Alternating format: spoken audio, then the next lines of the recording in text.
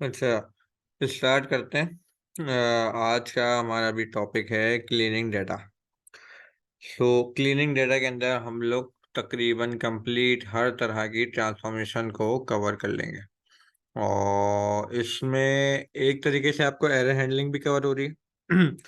आप लोगों को एरर हैंडलिंग भी सिखाया जा रहा है, और इसके साथ साथ आपको छोटी मोटी आपको मुख्तलिफ किस्म की ट्रांसफॉर्मेशन भी सिखाई जाएगी।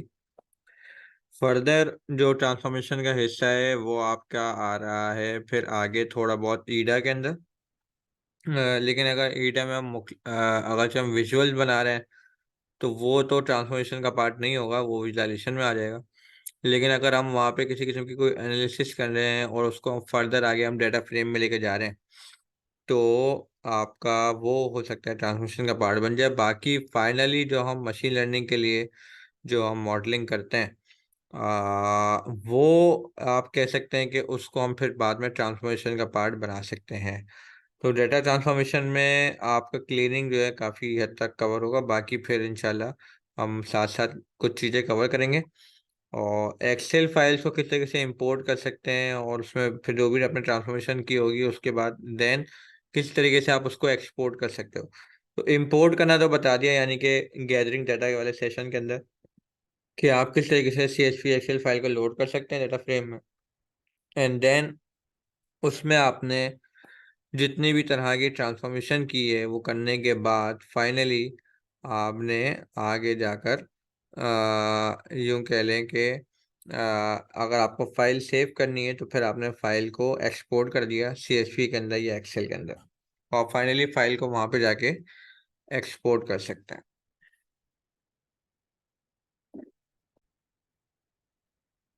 तो इससे पहले कि हम क्लीनिंग सेक्शन स्टार्ट करें, पहले एक छोटा सा एक इंट्रोडक्शन ले लेते हैं डेटा फ्रेम्स का। हमने डेटा फ्रेम्स बनाना तो सीख लिए कि किस तरीके से आप पांडास को यूज करके एक्सेल या CSV फाइल को लोड कर लेते हो, एक डेटा फ्रेम बना लेते हो। और डेटा फ्रेम को बनाते हुए उसके जो क्विकली जो मोस्ट क्विकली जो आप उसको एक्सप्लोर कर सकते हो, उसके मैंने आपको कुछ 5 बुनियादी मेथड बता दिए कि अगर आपको क्विकली बहुत ही विद इन टाइम के अंदर आपको एक्सप्लोर करना हो डेटा फ्रेम, तो आप इजीली डेटा फ्रेम स्टोर कर सकते हो, रहते हैं उसको एक्सप्लोर कर सकते हो। मैंने आप लोगों को बहुत बेसिक बेसिक जो पॉपुलर मेथड्स हैं, excel file, database, CSV file, आप इजीली इनको कनेक्ट करके एक डाटा फ्रेम बना सकते हैं, और बाद में अगर चाहे आपको उन्हें एक्सप्लोर करना हो तो आप एक्सप्लोर कर सकते हैं। अब डाटा फ्रेम को थोड़ा सा स्टडी कर लेते हैं कि बेसिकली डाटा फ्रेम है क्या। उसके लिए पहले हम पढ़ लेते हैं नुम्पाई। नुम्पाई जो है आपकी एक ओपन सोर्स लाइब्रेरी है जो कि यूनिवर्सल स्टैंडर्ड है for working with numerical data in Python. Python में इंटायरली कहीं पे भी न्यूमेरिकल डाटा के ऊपर जब आप काम करते हो वहाँ उसके लिए आप नुम्पाई का इस्तेमाल करते हो। And forms the foundation of other libraries like pandas. Panda जैसी लाइब्रेरीज जो है ऐसी लाइब्रेरीज के ऊपर ही बिल्ड हुई हैं। Pandas data frame are built on a NumPy arrays and can leverage NumPy function। वो NumPy functions को इस्तेमाल कर सकता है। तो अब जैसे आपके सामने यहाँ पर एक डेटा फ्रेम बना हुआ आ रहा है। The indices, column names and data columns all are stored as NumPy arrays। Pandas just add convenient wrappers and function। Pandas ने एग्जैक्टली क्या किया है, बेसिकली एक रैपिंग कर दी है NumPy के ऊपर, और उसने जगह जगह रैपर्स लगा दिए, जगह जगह फंक्शंस ऐड कर दिए।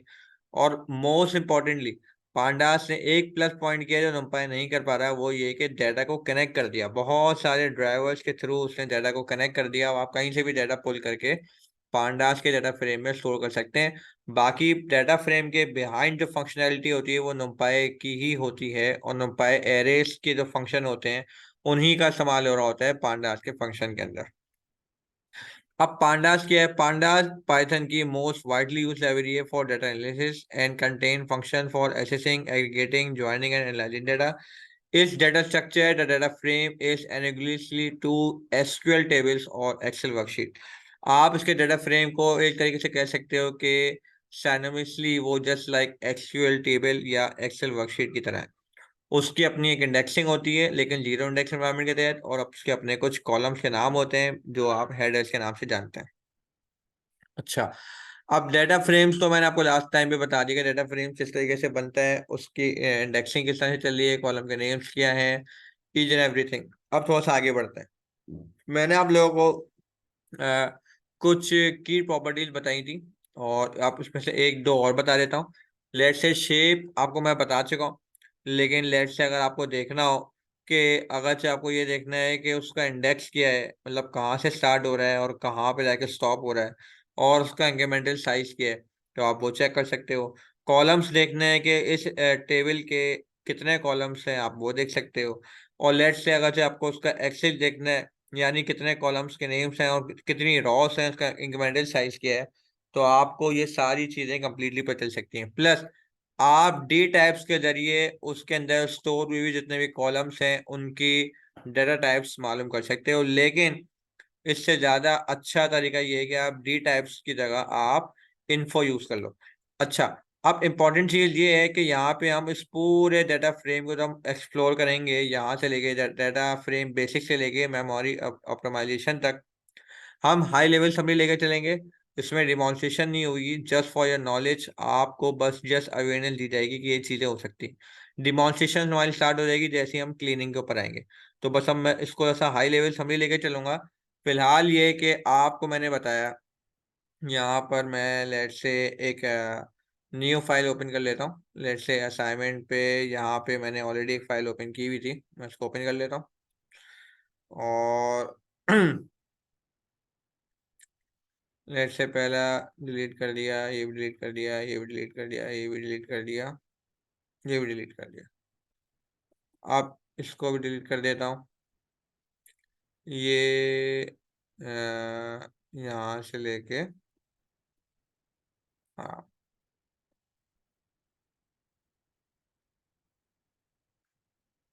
लेट से ये हमने एक डाटा फ्रेम बनाया। सही, इसको बनाने के लिए पहले मैं इंपोर्ट कर दूं, इंपोर्ट पांडास एसपीडी, और ये मैंने एक डाटा फ्रेम बना दिया। अब अगर डीएफ को कॉल करता हूँ तो मेरे पास डीएफ का इस तरीके से एक टेबल आ जाएगा। अब लेट से डीएफ डॉट डिस्क्राइब तो आपको बता दिया कि डीएफ डॉट डिस्क्राइब बेसिकली कर क्या रहा है। वो आपको एक तरीके से यूनिवेरिएट प्रैक्टिसेस फॉलो करके आपको इन्फॉर्मेशन बता देगा। लेकिन अगर आप डी टाइप्स अगर चेक करते हो कि डी टाइप्स क्या हैं, तो वो आपको, sorry, D types without parenthesis है, और वो आपको बता देगा कि कौन से कॉलम की क्या उसकी डेटा टाइप है। लेकिन इससे बेहतर ये है कि आप इन्फो को आप चलाएं, और इससे आपको और थोड़ा फर्दर डिटेल आपको मालूम हो सकती है। प्लस अगर आप एक्सेस जानना चाह रहे हैं कि कहते हैं उसका कितनी रॉस है, स्टार्ट कहाँ से हो रहा है, इंडेक्स कहाँ पे ख़त्म हो रहा है, इंक्रीमेंटल साइज क्या है, और कितने तरह के कॉलम्स हैं, तो आपको एक्सेस के जरिए पता हो जाएगा। अगरचे आप यहाँ पे कॉलम्स डालते हैं कि कितने तरह के कॉलम्स हैं, जो आपके कॉलम्स के नाम पता चल जाएंगे। और अगर फर्दर आप यहाँ पे जानना चाह रहे हैं कि उसका इंडेक्स क्या है, इंडेक्स से पता चल जाएगा, प्लस शेप पता चल जाएगी। तो ये कुछ एडिशनल आपको मैंने प्रॉपर्टीज बता दी, कुछ पहले बता दी थी, कुछ मैंने अभी आपको बताया। अब डाटा फ्रेम बनाना हो तो आप numpy को भी इस्तेमाल कर सकते हैं, जैसे यहाँ पर हो रहा है, लेकिन अभी आप इसको स्किप करें क्योंकि numpy हम स्टडी नहीं कर रहे। मैं आपको डायरेक्ट डाटा फ्रेम बनाना सिखा रहा हूँ। किसी भी फाइल को लोड करके, आप किसी भी फाइल को लोड करके, लाइक CSV फाइल लोड करके एक डाटा फ्रेम बना सकते हैं। अगर मैनुअली एक डाटा फ्रेम बनाना है जस्ट लाइक दिस, तो आप इस तरीके से एक numpy का एरे बनाएंगे और इस तरीके से भी बना सकते हैं। लेकिन फिलहाल तो ये आपने एक एक्सेल फाइल लोड की और सिंपली यहाँ पर आपने डाटा फ्रेम बना लिया। अच्छा, अब ये कुछ 5 बेसिक बुनियादी डेटा फ्रेम को एक्सप्लोर करने के आपके पास मेथड्स हैं, like head and tail. Head and tail जो है आप उसमें स्पेसिफाई कर सकते हो, अदरवाइज डिफॉल्ट वो आपको टॉप 5 रॉस और बॉटम 5 रॉस लाके देता है। अदरवाइज आप स्पेसिफिकली इसमें मेंशन कर सकते हो, जिस टाइम मैंने आपको लास्ट टाइम बताया था। अगर आप df डॉट सैंपल करते हो तो वो कोई भी एक रॉ सैंपल के तौर पे ले आएगा। लेट से मैंने यहाँ पे लिखा सैंपल, और मैंने इसको रन किया, तो रैंडमली एक रॉ ले आया, रैंडमली कोई सी भी रॉ ले आएगा। और हर टाइम आपको ये नहीं लाएगा, डिफरेंट डिफरेंट ला के देता रहेगा, जैसे आप यहाँ पर देख सकते हैं डिफरेंट डिफरेंट ला रहा है। तो ये रैंडमली डेटा पास कराने में इस किस्म का स्टेटमेंट बहुत पास आता है। जब आपने कोई मॉडल बना लिया, अब आप रैंडमली कोई भी डाटा पास कराओगे तो आप सैंपल के जरिए पास करा सकते हो। ईच टाइम वो आपको डिफरेंट आपको देगा उसके रिजल्ट। तो लेट्स से अब अगर आपने कहा कि भाई कोई 5 रॉस का सैंपल पास करवाओ, तो वो कोई 5 रॉस रैंडमली उठा लेगा। और लेट्स से अगर आप यहाँ पर कहते हो कि नहीं कोई रैंडमली मजीद कोई 5, तो आप तो बेसिकली वैसे बाय डिफॉल्ट 1 होता है, लेकिन आप यहाँ पर मेंशन कर सकते हो कि कितनी रॉस उसको यहाँ पे शो करवानी। और रैंडम स्टेट भी आप बता सकते हो कि रैंडम स्टेट किस किस्म की हो, यानी उसमें कितनी रैंडमनेस ला सकते हैं। तो उस तरीके से वो आपको ला के दे सकता है। अच्छा, डॉट इन्फो मैंने बताया ऑलरेडी, एक बहुत ज़बरदस्त किस्म का मेथड है, और वो थोड़ा सा डिटेल ज़्यादा ले आता है comparatively D types. D types जो है, जैसे आपको मैं बता रहा हूँ, आप डी टाइप से बेहतर ये है कि आप जो है वो, अगर मैं इसको रन करता हूँ, सॉरी, बगैर पैरेंथेसिस के, तो उससे बेहतर ये है कि मैं इन्फो इन्फो सेलेक्ट कर लूँ। इन्फो में ये डिटेल तो होती ही होती है, इससे ज़्यादा ही डिटेल आ जाती है। तो इन्फो मेथड आपका ज़्यादा बेहतर है। इन्फो में आपको पता चल जाता है कि कितनी नंबर ऑफ रॉस हैं, और उसके बाद आपको पता चल जाता है कि कितनी इसमें वैल्यूज आ रही हैं। और अगर चे इसमें लेट्स से, अब जैसे इसमें शो काउंट आ रहा है, अगर आपको काउंट चेक करना है तो आप उसको ट्रू कर सकते हो, ताकि वो आपको हमेशा दिखे। लेट्स से अब मैं अगर यहाँ पे लिखता हूँ show counts equal to true,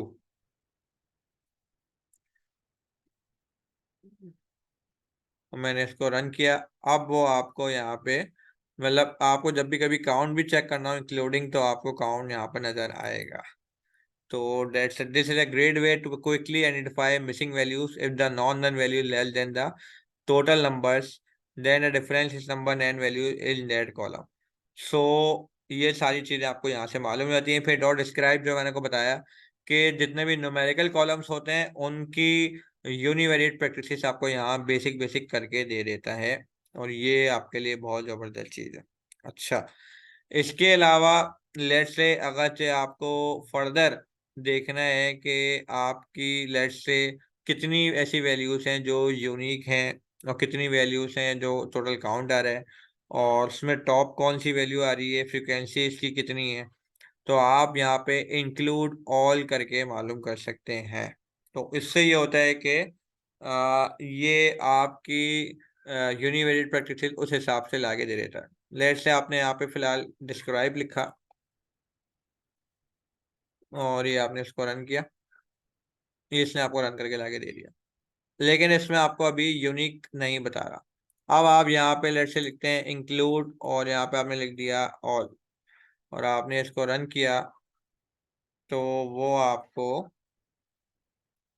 अब वो आपको यूनिक काउंट भी बता रहा है, टोटल काउंट भी बता रहा है, और बता रहा है कि उसका टॉप कौन सा है, उसकी फ्रीक्वेंसी कौन सी है, ये आपको सारी चीज़ें आपको लेट से बता रहा है। अब इसमें फर्दर एक और ऑप्शन ये है कि आप उसको राउंड भी कर सकते हैं। लेट से आपने इसको राउंड कर दिया, और राउंड से ये है कि वो फर्दर क्या करता है, ये आप देख सकते हैं।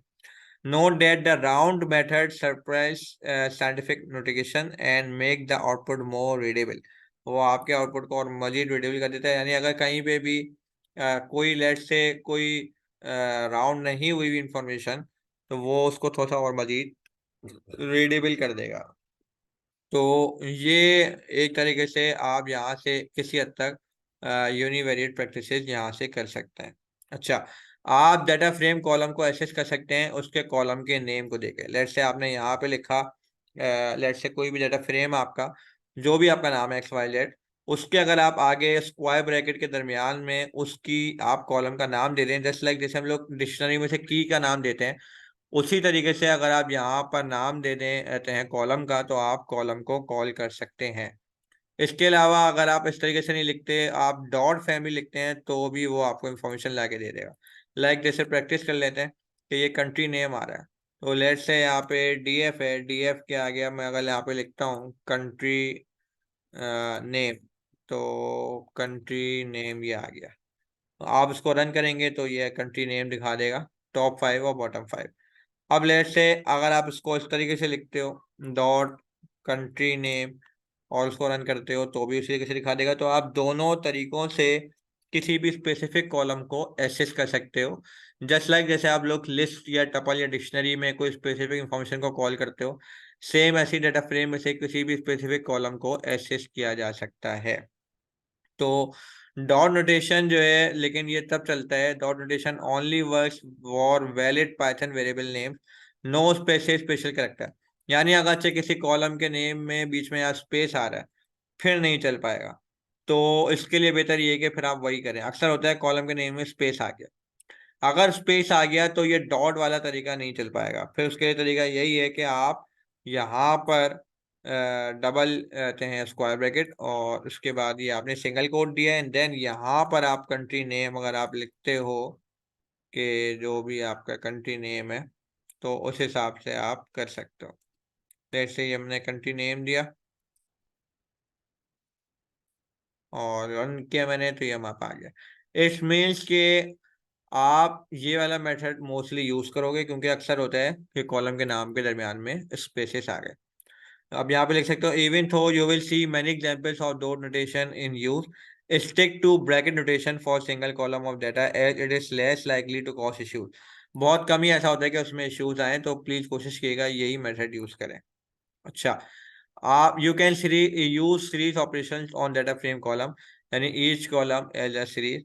तो लेट्स से अब फॉर एग्जाम्पल आप स्पेसिफिक कॉलम का आपको मजीद यूनिवेरिएट प्रैक्टिसेस करनी है। लेट्स से आपको स्केलर वैल्यू निकालनी है, लेट्स से यूनिक कितनी है, या काउंट कितना है, मीन कितना है, सम कितना है, तो ये आप चीज़ें निकाल सकते हैं। लेट्स से आपने कहा कि भाई मुझे चेक करना है मीन, तो अब मीन तो आ नहीं सकता, क्योंकि ये एक तरीके से समझ लें कि ये तो कैटेगोरिकल वैल्यू है। लेकिन लेट से आपने कहा कि भाई एन यूनिक, आपने इसको रन किया और वो आपको बता देगा कि इसके अंदर यूनिक वैल्यूज कितनी आ रही हैं। तो वो आ रही है आपकी 166, यानी 166 आपके कंट्रीज नेम्स हैं यूनिक। अब रॉस हो सकते हैं बहुत ज़्यादा, और लेट से अगर आप यहाँ पर काउंट करते हैं, लेट से ये मैंने कॉपी किया और यहाँ पे लिखा काउंट, तो बेसिकली आप स्केलर अगरचे रिटर्न निकालना चाह रहे हैं और आप लिखना चाह रहे हैं कि मेरी इसमें यूनिवेरिएट प्रैक्टिसेस के तहत, ये बार बार क्यों आ जाता है, कि मेरे यूनिवेरिएट प्रैक्टिस के तहत कितनी उसके स्केलर वैल्यूज आ रही है, उस हिसाब से। तो आप उस हिसाब से यहाँ पे रन कर सकते हैं, राउंड, सम, मीन, मीडियन, मोड, जो भी आपको निकालना है। फर्दर आप, अब जैसे यहाँ पे आई लॉक आ रहा है, इंशाल्लाह मैं अभी आपको बताता हूँ कि आई लॉक क्या है और किस तरीके से आप इसके ऊपर काम कर सकते हैं। फिलहाल आगे बढ़ते हैं। You can select multiple columns with a list of columns name between brackets. आप अगर चे लेट से आपके पास बहुत सारे कॉलम्स हैं, तो आप उसमें उनको इस तरीके से बता सकते हो, बहुत सारे कॉलम्स का नाम देके, तो वो उस तरीके से उसको कॉल कर सकता है। लेट से आपने यहाँ पर डीएफ लिखा, और डीएफ के आगे अब आप यहाँ पर बताने चाह रहे हैं, तो आपने यहाँ पे दे दी लिस्ट। आप लेट से लिस्ट देना चाह रहे हैं, और लिस्ट है आपके पास, लेट से एक नाम है कंट्री नेम्स। कंट्री नेम आपका एक है, लेट से पहले मैं एक डीएफ सेलेक्ट कर लेता हूँ कि डीएफ है क्या। डीएफ में कंट्री नेम, एयर वगैरह आ रहा है। अब लेट से कंट्री नेम के अलावा मुझे एयर भी देखना है, तो मैंने रन किया, तो अब मुझे दोनों कॉलम एक साथ नजर आ गए। तो मैं डबल स्क्वायर ब्रैकेट लगाकर इस तरीके से उनको एक्सेस कर सकता हूँ। तो आप यहाँ पे देख सकते हैं डबल स्क्वायर ब्रैकेट के जरिए आपने एक्सेस किया, प्लस यहाँ पे एक आई लॉक मेथड यूज किया है उसकी रॉस को कम करने के लिए। तो अभी हम थोड़ी देर में आई लॉक और लॉक के ऊपर आने वाले हैं, अभी तक मैं नहीं आया हूँ फिलहाल। तो आप मल्टीपल कॉलम भी डाल सकते हैं और सिंगल कॉलम भी डाल सकते हैं। सिंगल कॉलम डालकर आप उसको समराइज भी कर सकते हैं, स्केलर वैल्यू भी निकाल सकते हैं। अच्छा, फर्दर अगर लेट से अगर आपने यहाँ पे दो कॉलम डाल दिए हैं, तो अब आप लेट से यहाँ पे देखना चाह रहे हैं एन, कहते हैं एन यूनिक, और आप उसको रन करते हैं, तो वो रन करने के बाद लेट से वो आपको रिजल्ट निकाल के दे रहा है। और अब वो आपको बता रहा है कंट्री नेम का यूनिक कितना है और एआरएस का इतना है। यानी कि अगर जे आप इसमें अब सारे कॉलम अगर देखना चाह रहे हैं, तो लेट से अगर मैं यहाँ पर डीएफ के आगे कुछ भी नहीं लिखता और डायरेक्ट एन यूनिक रन करता हूँ, तो वो मुझे सारे कॉलम्स का यूनिक वैल्यूज निकाल के दे देगा कि किस किस कॉलम में कितनी यूनिक वैल्यूज रखी हुई हैं। और अब अगर मैं सम करता हूँ तो जाहिर सी बात है, अगर मैं सम करूंगा तो वो या तो एरर दे देगा या फिर वो आपको सिर्फ और सिर्फ उन्हीं का देगा जिनका होने के लायक है। एयर का बाय मिस्टेकली कर दिया है या कंटिन्यूम का, इसके अलावा बाकी सबका करेक्टली वो कर रहा है। तो ये चीजें भी आप कर सकते हैं। अब आई लॉक आ जाता है जो कि बहुत जबरदस्त चीज है। आई लॉक में आपका समझ लें एक वो टॉपिक यूज हो रहा है जो आपने बचपन में पढ़ा था। मैंने आपको एक पढ़ाया था टॉपिक स्ट्रिंग्स के अंदर स्लाइसिंग करने का। फिर बाद में लिस्ट के अंदर भी बताया गया, आप लिस्ट के अंदर भी स्लाइसिंग कर सकते हैं, डिक्शनरी टपल के अंदर भी स्लाइसिंग कर सकते हैं। तो स्लाइसिंग बेसिकली बिल्कुल उसी तरीके से होती है जैसे यहाँ पर हो रही है। और स्लाइसिंग में आप स्टार्ट स्टॉप इंक्रीमेंटल साइज आप लेते हो। तो यही चीज आप यहाँ पर आई लॉक मेथड में भी आप बता रहे होते हो। तो आप इजिली यहाँ पे स्लाइसिंग कर सकते हो। स्लाइसिंग बेसिकली यहाँ पे किस तरीके से होगी आप पहले पढ़ेंगे। The iloc accessor, basically ये एसेसर कहलाता है, एसेसिंग करने के लिए यूज होता है iloc. Iloc accessor filter data frame by their rows and column indexes.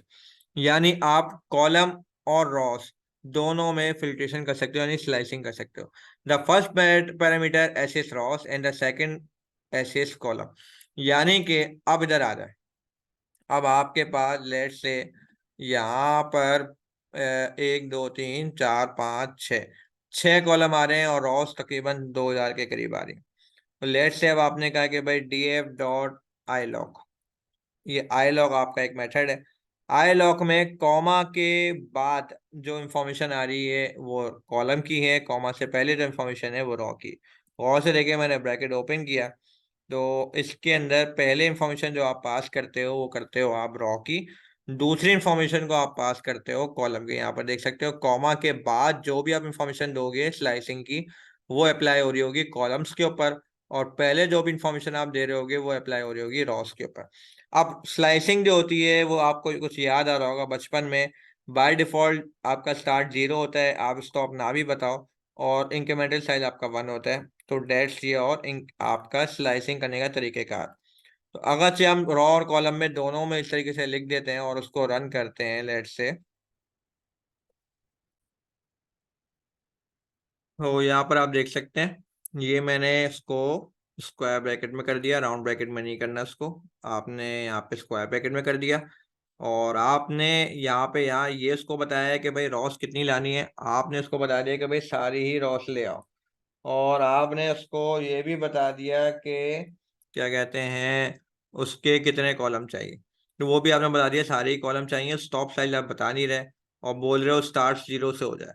और इंक्रीमेंटल साइज उसका आपने बता दिया कि भाई वो 1 से हो। तो इसका मतलब ये है कि आप बेसिकली एक तरीके से देखा जाए तो इसमें स्लाइसिंग जो आप अप्लाई कर रहे हो, कॉमा के बाद जो है वो है आपका कॉलम, कॉमा से पहले है वो आपका रॉ। अब अगर आप चाह रहे हो कि यार मैं स्लाइसिंग करना चाह रहा हूँ रॉस, यानी स्टार्ट हो वो 5वीं रॉ से, और लेट से चलो मैं हमारे पास सामने शुरू की ये 2 रॉस आ रही हैं, सपोज कर ले हम इसी को स्लाइस करना चाह रहे हैं। तो वो स्टार्ट हो 1 से, यानी यहाँ से स्टार्ट हो और यहाँ पे आके खत्म हो जाए। हमने कहा भाई 1 से स्टार्ट हो और 3 पे स्टॉप हो, बेसिकली 3 नॉन इंक्लूसिव होता है, अगर मैंने 2 लिख दिया ना तो वो यही लाएगा खाली। तो 1 और 2 ये 2 रॉस चाहिए, 2009 और 10 वाली, ये एग्जैक्टली ये 2 रॉस चाहिए। और प्लस हमें जो चाहिए इंक्रीमेंटल साइज 1 ही होगा, और कॉलम हमें अभी राइट नाउ सारे चाहिए। तो लेट से अगर मैं सिर्फ इसको यहाँ पे रन करता हूँ ताकि आपके पास रिजल्ट सामने आए, तो अगर मैंने इसको रन किया तो आप देख सकते हैं एग्जैक्टली इसने 2 वही रॉ उठा के ले आया जो मैंने इसको कही थी। तो बेसिकली आई लॉग जो है वो आपको फिल्ट्रेशन करने की इजाजत देता है, आप रॉस और कॉलम में अपनी स्लाइसिंग कर सकते हैं। आप यहाँ पे स्लाइसिंग का मेथड वही है जो मैंने आपको पहले बताया। प्लस अब यहाँ पर अगर से आपको कॉलम की स्लाइसिंग करनी है, आपने कहा मुझे हैप्पीनेस स्कोर और सोशल सपोर्ट ये देखना है बस, इंक्रीमेंटल साइज उसका 1 ही होगा। अब आपने कहा कि भाई स्टार्ट हो वो, तो आपको मैं बता दूं जीरो इंडेक्स एनवायरनमेंट में पहला कॉलम होता है 0 1 2, 2 से स्टार्ट हो और 3 4 पे खत्म करना है, यानी कि सोशल सपोर्ट चाहिए आपको। आपने 4 बताया यानी कि 2 कॉलम चाहिए। आपने इसको रन किया, अब वो आपको सिर्फ और सिर्फ 2 कॉलम ले आया और उसकी 2 रॉस ले आया जो आपने बताई। तो इट्स मीन्स कि आप आई लॉग एसेसर से स्लाइसिंग कर सकते हो, कॉलम्स की भी और रॉस की भी। उसको दोबारा पढ़ लें, और प्लीज अगर समझ में नहीं आया वीडियो को दोबारा देखें, कोशिश करें, रिवाइंड करें, आपको ये समझ में आएगा। बहुत सिंपल स्टोरी है। आप सिंपली एक स्लाइसिंग पैरामीटर यहाँ डालते हो, और वो एग्जैक्टली वही होती है जो मैंने आपको पहले बताया। जैसे आपने स्लाइसिंग करना सीखी थी, सेम उसी तरीके से यहाँ अप्लाई करेंगे। पहला पैरामीटर जो होता है वो आपका कॉमा डालने से पहले वो होता है रॉ के लिए, दूसरा होता है कॉलम के लिए। और प्लीज इसमें राउंड ब्रैकेट नहीं लगाएगा, आपके स्क्वायर ब्रैकेट्स लगेंगे। तो आप सिंपली इस तरीके से कर सकते हैं। अब लेट से आपने कहा कि भाई मुझे एयर और हैप्पीनेस स्कोर ये दो कॉलम चाहिए, तो उसके लिए मेरे पास क्या होगा? मैं अगर देखा जाए तो एयर जो है मेरा दूसरा है और हैप्पीनेस स्कोर मेरा तीसरा है। सॉरी, एयर मेरा पहला इंडेक्स है, देखें 0 और 1, और हैप्पीनेस स्कोर जो है मेरा समझ लें दूसरा है। तो मैं 3 पे लाके स्टॉप करूंगा, इंक्रीमेंटल साइज 1 है। और कॉलम मैंने कहा कि भाई कॉलम मुझे जो चाहिए वो लेट से 2085 से शुरू हो और 2087 पे ख़त्म हो। मुझे लेट से मैंने इसको अपने मर्जी से रॉ बताई, और मुझे सिर्फ 2 रॉ चाहिए। मैंने रन किया, ये देखें ये 2 रॉ आ गई 2085 से 2023 तक, और सिर्फ ये दो कॉलम 2018, 3.61 और 2.5, यानी एग्जैक्टली ये चाहिए। तो आप डाटा फ्रेम में कोई भी स्पेसिफिक पार्ट को स्लाइस कर सकते हो आई लॉग एसेसर के जरिए।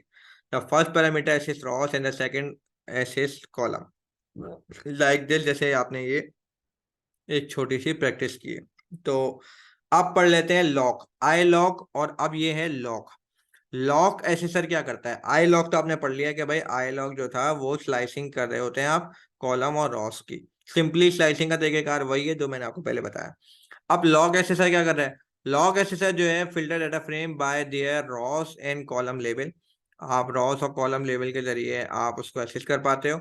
उसमें आप क्या कर रहे होते हो? फर्स्ट पैरामीटर आपका इसमें भी रॉ ही होता है, सेकंड आपका कॉल जो होता है वो कॉलम होता है।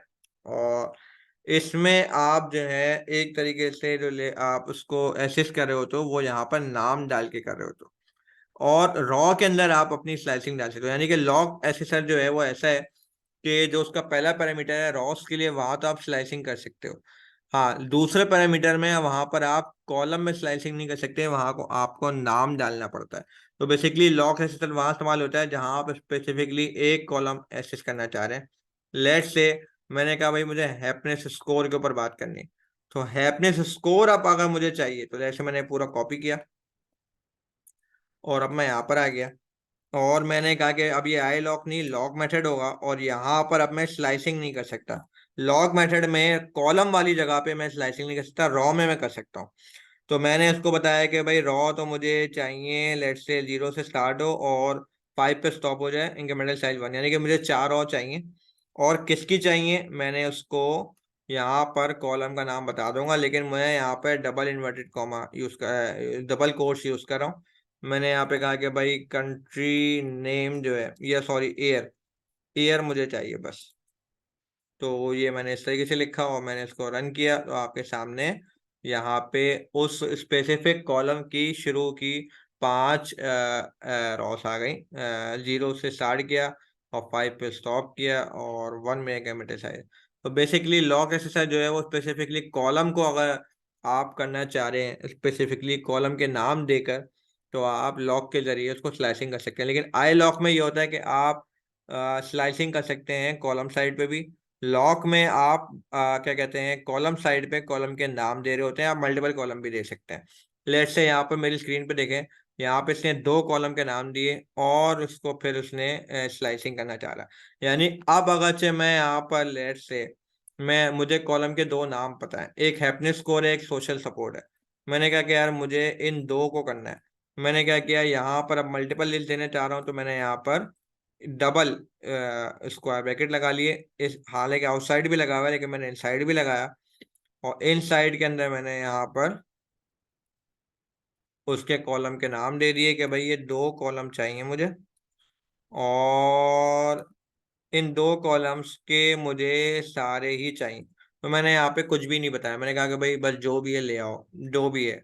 आपको पता है कि स्टॉप बाय डिफॉल्ट कुछ भी नहीं होता, स्टार्ट 0 होता है, इंक्रीमेंटल साइज 1 होता है, तो वो खुद ही पास कर देगा। मैं बस यहाँ पे इसको रन करूंगा तो वो मुझे दिखा देगा कि भाई ये 2 कॉलम का रिजल्ट ये रहा। अब अगर से मैं कहता हूँ कि भाई इनका कर दो मीन, मुझे मीन दिखा दो दोनों कॉलम्स का, तो मैं रन करूंगा तो वो मुझे दोनों कॉलम्स का मीन दिखा देगा। आप उसमें यानी कि यूनिवेरिएट प्रैक्टिसेस भी कर सकते हैं फर्दर मेथड्स को चेंज करके। मैंने को बताया था आप मेथड्स चेंज कर सकते हैं, फंक्शन जैसे बताया था कि आप मल्टीपल फंक्शंस को एक साथ यूज कर सकते हैं, मल्टीपल मेथड्स को एक साथ यूज कर सकते हैं। तो ये मैं बेसिकली चेनिंग कर रहा हूँ। तो अब आपने लेट्स से यहाँ पे डॉट मीन आ रहा है, अब आप लेट्स से और फर्दर आप कुछ करना चाह रहे हैं, खैर आप बहुत कुछ कर सकते हैं। अगर आप चाह रहे हैं कि मैं मीन को राउंड करना चाह रहा हूँ कि जो भी राउंड मीन है तो ये राउंड हो गया, तो आप मल्टीपल यहाँ पे मेथड यूज कर सकते हैं। फिलहाल ये कि लॉक एसेसर जो है उसमें और आई लॉक में ये फर्क है कि आई लॉक में यहाँ पे स्लाइसिंग हो रही होती है कॉलम वाली साइड पे, जबकि यहाँ पर आप कॉलम्स के नेम दे रहे होते हैं। तो बेसिकली ये दो फर्क है लॉक और आई लॉक में। प्लीज स्क्रीन पे देख लें, सामने रिजल्ट आ रहा है, आपको अच्छा आइडिया होगा कि लॉक आई लॉक क्या है। तो क्लीनिंग जब हम कर रहे होंगे तो वहाँ लॉक आई लॉक बहुत यूज हो रहा होगा, तो प्लीज इसको पढ़ लें। ड्रॉप मेथड जो है आप कोई भी कॉलम को डिलीट करना चाह रहे हैं तो इजीली वो उस कॉलम को डिलीट करने में हेल्प करता है। तो लेट्स से आपको कोई स्पेसिफिक रॉ डिलीट करनी है, आप रॉ डिलीट कर सकते हैं। स्पेसिफिक आपको कोई कॉलम डिलीट करना है, आप वो कॉलम डिलीट कर सकते हैं। तो आप कॉलम या रॉ कोई भी चीज़ चू करनी है आप उसको इस हिसाब से कर सकते हैं। लेकिन परमानेंटली अगर चेक करना है तो आपको उसमें एक पैरामीटर यूज करना पड़ेगा इन प्लेस। अगर से आप जस्ट सिर्फ देखना चाह रहे हैं तो वो आपको इन प्लेस लगाने की जरूरत नहीं है, लेकिन अगर आपने इन प्लेस का पैरामीटर पास कर दिया तो वो परमानेंटली उस डेटा फ्रेम में से वो कॉलम को डिलीट कर देगा। तो प्रो टिप ये है कि drop unnecessary columns early in your workflow to save memory and make data frame more manageable.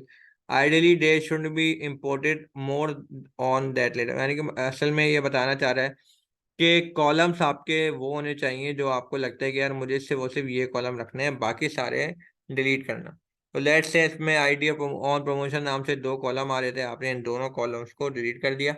और अब फिलहाल ये है कि अब वो आपको बता रहे हैं कि जो फाइनली जो उसका आउटपुट बन रहा है वो बन रहा है। आप फिलहाल इन प्लेस का पैरामीटर पास करके उसको परमानेंटली रिमूव करना चाह रहे हैं, तो आप करना चाहें तो कर सकते हैं। तो बेसिकली ये है। अच्छा, एक्सेस का इसमें एक पैरामीटर यूज हो रहा है जो बेसिकली वन या जीरो। जीरो से मुराद है कि वो रॉस की बात कर रहे हैं, वन का मतलब है कॉलम। अगर आप वन लेते हैं तो उसका मतलब ये है कि वो आपके आईडी नाम से जो भी कॉलम आ रहा होगा और कॉलम आ रहा होगा यानी एक्सेस वन है तो वो आपके उसको डिलीट कर देगा। इसके अलावा अगर से आपको लेट से देखना है कि कोई, अब लेट से यहाँ पर आ जाता है, लेट से यहाँ पे हमने लिखा डीएफ, उसको हमने खाली प्रिंट किया तो मेरे पास ये आ गए अच्छे खासे कॉलम। मैंने कहा कि भाई डीएफ में डीएफ डॉट ड्रॉप, मैंने यहाँ पे लिखा ड्रॉप। अब ड्रॉप के अंदर मैंने यहाँ पे देते हैं, मैंने एक पैरामीटर दे दिया एक्सेस का, और एक्सेस है मेरा जीरो। मैंने कहा भाई मुझे रॉ जो है हटानी, और कौन सी रॉ हटानी है मैंने उसको बता दिया कि भाई मुझे पहली रॉ हटानी। तो वो पहली रॉ को अगर हटवाना है तो मैं उसको बता सकता हूँ कि भाई पहली रॉ जो है उसका मेरे पास जो रॉ नंबर आ रहा है वो आ रहा है जीरो। तो पहली रॉ को हटा के मुझे बताए तो वो आप अगर उसको रन करते हैं और लेट से आप सिर्फ ऊपर की रॉ देखना चाह रहे हैं तो आप रन करेंगे तो वो फिर आपको ये 3.72 वाली आपको नहीं दिखा रहा होगा। लेट से आप देखेंगे डायरेक्ट वन से स्टार्ट कर रहा है, और इसमें कि इसने पहली रॉ आपके मुताबिक हटा दी। पहले अगर आप देख रहे थे तो लेट से अगर मैं ये ड्रॉप नहीं करता, ये पूरा स्टेटमेंट मैंने हटाया और अब डायरेक्ट हेड देखता हूँ तो वो अब मुझे जीरो भी दिखा रहा है। तो अगर से मैं यहाँ पे बोलूँ नहीं मुझे ये पहली वाली लाइन नहीं हटानी, या आप कोई भी स्पेसिफिक लाइन बता सकते हैं, इवन आप यहाँ पे स्लाइसिंग भी कर सकते हैं। आपने कहा कि भाई मुझे जीरो से लेके, और आपने कहा कि मुझे फला फला फला ये नहीं चाहिए, तो फिर आप स्लाइसिंग भी कर सकते हैं। जैसे आपने यहाँ पर कहा कि भाई मुझे जीरो से लेके टू तक ये दो आपने नहीं चाहिए कि मेटल साइज वन। आपने इसको रन किया, अच्छा स्लाइसिंग इसमें नहीं हो सकती मेरे ख्याल से, आप मेरे ख्याल से इसमें से वो सिर्फ कॉलम का नाम ही दे, कॉल रॉ का आप नाम दे सकते हैं कि भाई रॉ का नंबर ये जो है वो हटा दे, वन रॉ उसने हटा दी। अब अगर से आप यहाँ पे एक्सेस वन कर देते हैं, ये यूज हो रहा है आपके कॉलम के लिए। आपने जैसे यहाँ पे लिखा कि एयर, अब क्या भाई मुझे एयर नहीं चाहिए, आपने इसको रन किया अब एयर नहीं दिखा रहा। अब अगर से आपने यहाँ पर कॉमा के बाद इन प्लेस अगर आपने यूज कर लिया और इन प्लेस में लिख दिया आपने ट्रू, अब वो क्या करेगा, वो वाकई में ही उसको उड़ा देगा। यानी अगर से आपको ये डाटा फ्रेम कहीं और स्टोर कराना है तो आप ये कर सकते हो df2 इक्वल टू, अब अगर आप ये करते हो तो वो करेगा कि बेसिकली, सॉरी, ये जो वेरिएबल असाइनमेंट कर रहा हूँ वो यहाँ पर परमानेंटली उड़ा देगा। तो इससे बेहतर ये है कि आप दूसरा डाटा फ्रेम बना लें। इससे ये होगा कि वो परमानेंटली नहीं बनेगा। अगर आपने in place equal to true कर दिया वो वाकई में वो कॉलम उड़ा देगा। फिर आपको अगेन दोबारा सोर्स से कनेक्ट करना पड़ेगा। तो you will typically drop rows via slicing or filtering, but it's worth being aware that drop can be used। अच्छा, लॉक और आई लॉक के जरिए आप दूसरा डेटा फ्रेम बना सकते हैं और पुराने डेटा फ्रेम को डिलीट कर सकते हैं। लेकिन अगर आप चाह रहे हैं कि आप ड्रॉप मेथड यूज करना चाह रहे हैं तो ड्रॉप मेथड भी यूज हो सकता है ड्रॉ और कॉलम को उड़ाने के लिए। फिलहाल आई लॉक मेथड बहुत जबरदस्त है। आई लॉक मेथड से आप स्पेसिफिक आई लॉक और लॉक, इन दो के जरिए आप बहुत आसानी से कॉलम्स और रॉस को फिल्टर कर सकते हैं और एक दूसरा डाटा फ्रेम बना सकते हैं। पुराने डाटा फ्रेम को आप उड़ा सकते हैं वेरिएबल ओवरराइड करा के। लेकिन ये जो ड्रॉप मेथड है इससे भी आप रॉस और कॉलम को उड़ा सकते हो। ये जस्ट फॉर योर इंफॉर्मेशन। अच्छा, डुप्लीकेटेड लेट से अगर आपको देखना है कि आपकी इंफॉर्मेशन में किसी किस्म की कोई डुप्लीकेशन आ रही है तो एन यूनिक से पता चल जाता है। मैंने आपको बताया एन यूनिक बता देती है कि भाई उसमें किसी किस्म की कोई डुप्लीकेशन है या नहीं है। तो आप एन यूनिक जो है और काउंट से पता चल सकते हैं कि इसमें डुप्लीकेशन कितनी आ रही है। अब लेट से अगर आपको देखना है कि डुप्लीकेशन है या नहीं है तो आप डुप्लीकेटेड के जरिए भी देख सकते हैं। लेट से आपने यहाँ पे लिखा df डॉट डुप्लीकेटेड और आपने ब्रैकेट ओपन कर दिया, उसको रन किया आपने। अब वो आपको टॉप 5 और बिलो 5 के अंदर आपको बता रहा है कि उसके अंदर कितनी रॉस डुप्लीकेट है नहीं। अब वो पूरे कॉलम के ऊपर बात कर रहे हैं तो आप स्पेसिफिकली यहाँ पर उसको उसके कॉलम का नाम दे सकते हैं कि लेट से आपने कहा कि भाई कंट्री नेम जो है, कंट्री नेम के अंदर चेक करना है कि डुप्लीकेशन कितनी है। तो वाकई में ठीक ठाक डुप्लीकेशन आ रही है। आप स्पेसिफिक कॉलम पे भी डुप्लीकेशन चेक कर सकते हैं। तो डुप्लीकेटेड मेथड एक ज़बरदस्त मेथड है और उसकी बेसिस पे आप आगे रिमूव भी कर सकते हैं dot drop underscore duplicated method के जरिए। तो basically dot drop duplicated method जो है वो उसको रिमूव कर देता है और आपको फिर यूनिक वैल्यूज ही नज़र आ रही होती हैं। तो ये एक आपके लिए बहुत ज़बरदस्त चीज़ है। प्लस आपके लिए इसमें एक और भी चीज़ है कि अगर आपको सबसे लास्ट में रिमूव कराना है तो आपकी भी इक्वल टू लास्ट, यानी लास्ट वाली रॉ जो है वो आपकी रहेगी, बाकी पहली वाली रॉ डिलीट हो जाएगी, या वो रहेगी बाकी रॉ डिलीट हो जाएंगी। तो आप की इक्वल टू लास्ट भी कर सकते हैं, टोटली आपके ऊपर है। और इग्नोर इंडेक्स टू, इसका मतलब ये है कि वो आपके इंडेक्स को रीसेट कर देगा और बाद में आपको बिल्कुल नए इंडेक्स ला के दिखाएगा। तो ये मेथड भी आप यूज़ कर सकते हैं। तो फिलहाल यहाँ तक हमने कवर किया और हमें कहाँ तक किसी हद तक कहानी समझ में आ गई। इसमें इंशाल्लाह अब हम ये सारी चीज़ें क्लीनिंग में यूज़ करेंगे और आपको कहानी किसी का समझ में आ जाएगी। फिलहाल किसी हद तक मैंने डिमॉन्स्ट्रेशन दिखाई है, अब थोड़ा सा हम इसको हाई लेवल लेके चलेंगे। तो ड्रॉप तक कहाँ तक क्लियर हो गया, अब यहाँ से हम थोड़ा सा उसको हाई लेवल लेके चलेंगे। अब जैसे यहाँ पे डॉट इन्फो से आपको किसी हद तक मिसिंग इन्फॉर्मेशन पता चल जाती है। तो ड्रॉप ड्रॉप एन ए और फिल एन ए, अभी ये दोनों जो है ना आपके इस्तेमाल होंगे क्लीनिंग के अंदर। मैं क्लीनिंग में अभी आपको ये दोनों यूज करवाऊंगा। तो अभी आप बिल्कुल भी मत घबराएं। तो समझ लें कि यहाँ से लेके यहाँ तक सारा का सारा जो है वो हाई लेवल समरी है। मुझे जो लगेगा कि जो मैं क्लीनिंग में स्पेसिफिकली आगे नहीं पढ़ा रहा डिटेल में, वो मैं यहाँ पढ़ा रहा हूँ। बाकी ये फिल एन ए और ड्रॉप एन ए ये दोनों क्लीनिंग के अंदर अभी आगे कवर होंगे। तो अभी आप बिल्कुल भी मत घबराएं। फिलहाल ये दो भी आपके मेथड्स हैं जिनके जरिए आप डाटा को रख सकते हैं या उड़ा सकते हैं, ड्रॉप एन ए और fill N A. Fill N A रखने के लिए होता है, ड्रॉप एन ए उड़ाने के लिए होता है। फिल एन ए जो है उसके अंदर कोई इन्फॉर्मेशन आपको स्टोर करवानी है नल की जगह तो आप नल डलवा सकते हैं। बेसिकली ड्रॉप एन ए और फिल एन ए जो है वो नल वैल्यूज को हैंडल करने के लिए होता है, मिसिंग डाटा को। तो इंशाल्लाह इसके ऊपर अभी हम आएंगे। ये जस्ट फॉर योर अवेयरनेस है। अभी ये टॉपिक अभी आने वाला है क्लीनिंग के अंदर। सॉर्टिंग एंड फिल्टरिंग जो है आप लॉक के जरिए कर सकते हो, ये मैंने आपको अभी बताया। उससे आगे आ जाते हैं। मैंने आपको बताया कि आप लॉक के जरिए आप सॉर्टिंग करना चाहो तो कर सकते हो। लेट से आपने कहा कि भाई आपने df dot I lock lock sorry lock जो है उसमें आप बता सकते हो कि भाई मुझे जो है लेट से सारे ही कॉलम चाहिए, लेकिन मुझे जो रॉस चाहिए उस पे आप बता सकते हो कि भाई मुझे रॉस कौन सी चाहिए। तो लेट से आपने कहा कि भाई मुझे डीएफ, और डीएफ के आगे आपने फर्दर आपने यहाँ पर उसको कॉलम का नाम दे दिया है कि लेट से कंट्री नेम जो है, और कंट्री नेम जो है बुलियन स्टेटमेंट पास किया और आपने बताया कि वो पाकिस्तान होना चाहिए। तो लेट से आपने यहाँ पे इसको रन किया, अब वो सिर्फ पाकिस्तान के अगेंस्ट में आपको निकाल के दे रहा है। इट्स मीन्स कि आप यहाँ पर पहली जो आपकी स्टेटमेंट थी वो होती है रॉ के लिए, गौर से याद किएगा। लॉग स्टेटमेंट जो है वो आपके रॉ के लिए है, दूसरा कॉमा के बाद आपका जो आ रहा है वो आ रहा है रॉस, तो कॉलम। तो कॉलम से पहले जो रॉ वाला है वहां पर आप बुलियन स्टेटमेंट पास करा सकते हैं, और बुलियन स्टेटमेंट पास करके सिलेक्टेड इंफॉर्मेशन आप अपने पास लेना चाहें तो ले सकते हैं, ये टोटली आपके ऊपर है, ये आप कर सकते हैं। प्लस ये जो इन्फॉर्मेशन हमने यहाँ डाली है इसको किसी वेरिएबल में भी डाल सकते हैं। लेट से इसको मैंने यहाँ पर हटाया और यहाँ पर मैंने एक वेरिएबल पास करा दिया, मैंने लिखा भाई ये मेरी लॉजिक है, तो मैंने लॉजिक लिखा इक्वल टू, अब ये जो लॉजिक है ये मैंने एक बुलियन स्टेटमेंट है मेरी, गौर से देखें, ये मेरी एक बुलियन स्टेटमेंट है जो मैंने अपने पास यहाँ पे स्टोर करवाई है। अब इस बुलियन स्टेटमेंट को मैं यहाँ पर लॉजिक के जरिए कॉल कर सकता हूँ कि भाई लॉजिक मैं यहाँ पे दे दूंगा। लॉजिक मैंने पहले डिफाइन कर दिया, मैंने कहा कि भाई ये D F dot log logic जो है इसको रन कर दे, से रन कर दिया। इट मीन्स के आप यहाँ पर जो डाल रहे हैं वो बेसिकली डाल रहे होते हैं, या तो आप स्लाइसिंग कर रहे होते हैं, लॉग के अंदर रॉस की स्लाइसिंग हो सकती है, कॉलम की नहीं होती, कॉलम में तो आपको कॉलम के नाम डालने पड़ेंगे या सारे कॉलम आएंगे।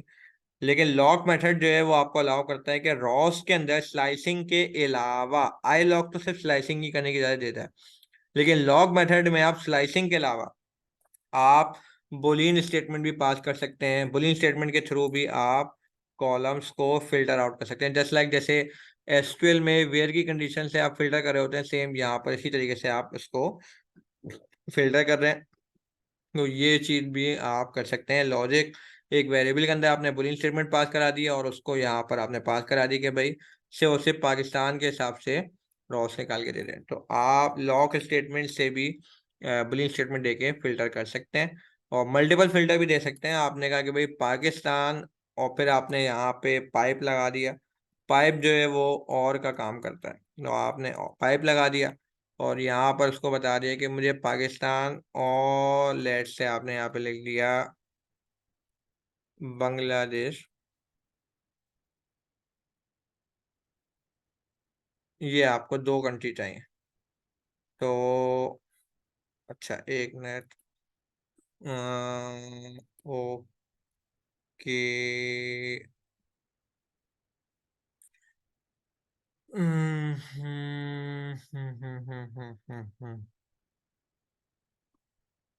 ओके, अलग अलग इनको ब्रैकेट में करना पड़ेगा। ये हमने ब्रैकेट में किया, उसके बाद ये भी हमने ब्रैकेट में किया, और उम्मीद है अब शायद बन गया होगा। अब मैं इसको रन करता हूँ, अब रन हो गया। बांग्लादेश और पाकिस्तान दोनों की जो भी रॉस है वो मेरे पास यहाँ पर आएगा, ये आप देख सकते हैं सामने। सो बेसिकली आप मल्टीपल लॉजिक्स भी दे सकते हैं, लेकिन उसको ब्रैकेट में करना पड़ेगा। यहाँ पे फिलहाल मैंने और लगा दिया, आप यहाँ पे एंड भी लगा सकते हैं। एंड से ये होता है कि वो एंड की लॉजिक लगाता है, यानी ये वाली एंड। और पाइप जो होता है वो बेसिकली और की लॉजिक परफॉर्म करता है। अब दोनों मैंने पहले आपको बता चुका हूँ कि और क्या करता है और एंड क्या करता है। और बुलियन स्टेटमेंट आप मल्टीपल पास करा सकते हैं। बुलियन स्टेटमेंट लिखना मैंने आपको लास्ट लेक्चर्स में बताया है किस तरह से लिख सकते हैं, और उसी बुलियन स्टेटमेंट को किसी लॉजिक में दिखा के आगे लॉक स्टेटमेंट में पास करा सकते हैं। तो ये एक चीज़ है। अच्छा, अब एक आपके पास लेट से एक और तरीकेकार है क्यूरी। ये करता है कि अगर आपको एसक्यूएल लिखना आता है और अच्छी प्रैक्टिस है तो आप डॉट क्यूरी का मेथड लगाओ और फिर वहां पर आप आगे फर्दर आप अपनी क्यूरी लिख सकते हो, जस्ट लाइक जैसे आप एसक्यूएल में लिखते हो, तो उसी तरीके से आप यहाँ पर लिख सकते हो फिल्टर करने के लिए कि लेट से अब आपने फैमिली लिखा हुआ है तो वेयर स्टेटमेंट के आगे जो आप फिल्टर कर रहे होते हो वो आपको अलाउ करता है कि फैमिली इन। अब आपने इन की लॉजिक पास कराई, इन के अंदर आपने मल्टीपल क्राइटेरिया दे दिया और उसके बाद आपने लिखा है सेल ग्रेटर देन जीरो, तो बेसिकली क्यूरी जो है वो एसक्यूएल सिंटैक्स लिखने में आपकी हेल्प करता है। लेट्स से मैंने यहाँ पे लॉजिक मॉडिफाई की, मैंने कहा कभी लॉजिक जो है, लॉजिक टू जो है वो क्या होगी वो मैं बताता हूँ। लॉजिक टू जो होगी वो ये होगी कि एयर जो है इन, अब लॉजिक जो है मेरी वो ये है कि एयर होगा, मैंने इसको बताया 2006 और 2007, और मैंने इसको बताया कि भाई हैप्पीनेस स्कोर जो है वो होगा मोर देन 2 या मोर देन 4 होगा, तो ही आए वरना नहीं आए। हैप्पीनेस स्कोर मोर देन 4 और एयर मेरा 2006 से। अब ये बेसिकली लॉजिक टू लगा दिया मैंने। तो अब अगर जब मैं यहाँ पर करता हूँ तो अगर अगर मैं इसको रन करता हूँ तो अब ये तो बेसिकली जस्ट लाइक एसक्यूएल की क्यूरी की तरह है कि आप जैसे बेसिकली सिलेक्ट स्टैटिक फ्रॉम, और यहाँ पे टेबल का नाम देते हैं टेबल वन वेयर। तो बेसिकली आपको वेयर के आगे से लिखना है, उससे पहले लिखने की जरूरत नहीं। आप वेयर के आगे जो लिखते हो वो लिखोगे, लेकिन अगर आप उसको रन करते हो तो ये एसक्यूएल की क्यूरी लॉक स्टेटमेंट को कैच नहीं करेगी, एरर दे देगी। तो फिर आप क्या यूज करोगे, आप डॉट लॉक की जगह डॉट क्यूरी लिखोगे, और ये आपका समझ लें एक तरीके का है। लेकिन आपको यहाँ पे राउंड ब्रैकेट लगाने हैं, स्क्वायर ब्रैकेट नहीं लगाने। आपने राउंड ब्रैकेट लगाया, और राउंड ब्रैकेट के अंदर आप उसको बता सकते हो कि अगर आपने ऑलरेडी कोई वेरिएबल के अंदर लॉजिक टू दिया हुआ है तो आप वहाँ पे उसको पास करा सकते हो, वो आपको उस हिसाब से लाके दे देगा। फिलहाल यहाँ पे आपने क्या बताया कि भाई एयर जो है वो 2006 और 9 7 के हिसाब से, और हैप्पीनेस स्कोर जो है वो मोर देन 4 हो। अगर आप यहाँ पे और पास करा देते तो वो शायद रिजल्ट नहीं आता। तो आपने एंड लगाया बेसिकली, और एंड की वजह से नहीं ला रहा था, और लगा दिया तो उसने थोड़ा सा रिजल्ट और ले आया। तो बेसिकली आप क्यूरी भी लिख सकते हो एसक्यूएल की, लेकिन वेयर के आगे से। अगर आपको एसक्यूएल क्यूरी लिखना आती है अच्छे तरीके से तो आप वो भी परफॉर्म कर सकते हो। तो इस तरीके से भी आप कर सकते हो क्यूरी मेथड के जरिए। और उसके बाद सॉर्टिंग कैसे हो सकती है, सॉर्टिंग आगे जाके कवर होगा, तो इसको आप छोड़ दें, सॉर्टिंग आगे जाके कवर होगा। सॉर्टिंग किस तरीके से होती है ये इंशाल्लाह मैं आपको बताऊंगा। फिलहाल ये कि इसमें भी दो तरीके होते हैं, एक परमानेंटली सॉर्टिंग और एक टेम्परेरी सॉर्टिंग। तो इंशाल्लाह ये आगे जाके कवर होगा। और कॉलम्स कैसे मॉडिफाई होते हैं, आप कॉलम्स के नाम को इजीली रीनेम कर सकते हैं, अपर लोअर भी कर सकते हैं, बहुत सारी चीज़ें आप कर सकते हैं। इवन उसके अंदर आप लूप भी चला सकते हैं, लिस्ट कंप्रीहेंशन भी चला सकते हैं। लेट्स से आपके सामने पहले एक डाटा फ्रेम आ रहा है, प्रोडक्ट डीएफ। अब आपने कहा कि भाई प्रोडक्ट डीएफ डॉट कॉलम जो है उनके अब नाम जो है वो कर दो प्रोडक्ट नेम और कॉस्ट, यानी कि पहले जो नाम थे वो अलग थे। अब आपने लिखा भाई प्रोडक्ट डीएफ डॉट कॉलम्स, आपका एक तरीकेकार है, उसमें आप कॉलम नेम चेंज करना चाहें तो सिंपली इस तरीके से भी कर सकते हैं। प्लस ये जो आपके नाम है ये नाम आप बाद में इसमें कोई दूसरी कोई लिस्ट पड़ी हुई है वहां से भी उठा के लाना चाह रहे हो तो ला सकते हैं। और उनको अगर अपर लोअर करना है तो उसके लिए आप लूप भी चला सकते हैं। लूप के अलावा लिस्ट कंप्रीहेंशन भी इस्तेमाल कर सकते हैं, और भी बहुत सारी चीज़ें आप कर सकते हैं। तो कॉलम्स के नेम चेंज करना बहुत आसान होता है। लेट्स से आपके पास यहाँ पर एक कॉलम आ रहा है, let's say DF dot columns. अब कॉलम जो है लेट्स से आपने कहा कि भाई कॉलम एयर जो है उसको कर दो एयर कैपिटल में। अच्छा, कॉलम एयर उसको आपने करवा दिया कैपिटल में, एक मिनट।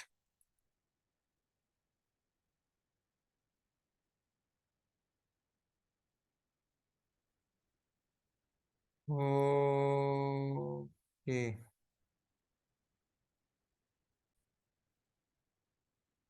ये मेरे ख्याल से वो सिर्फ एक साथ कई कॉलम्स को रीनेम करने के लिए कह रहा है।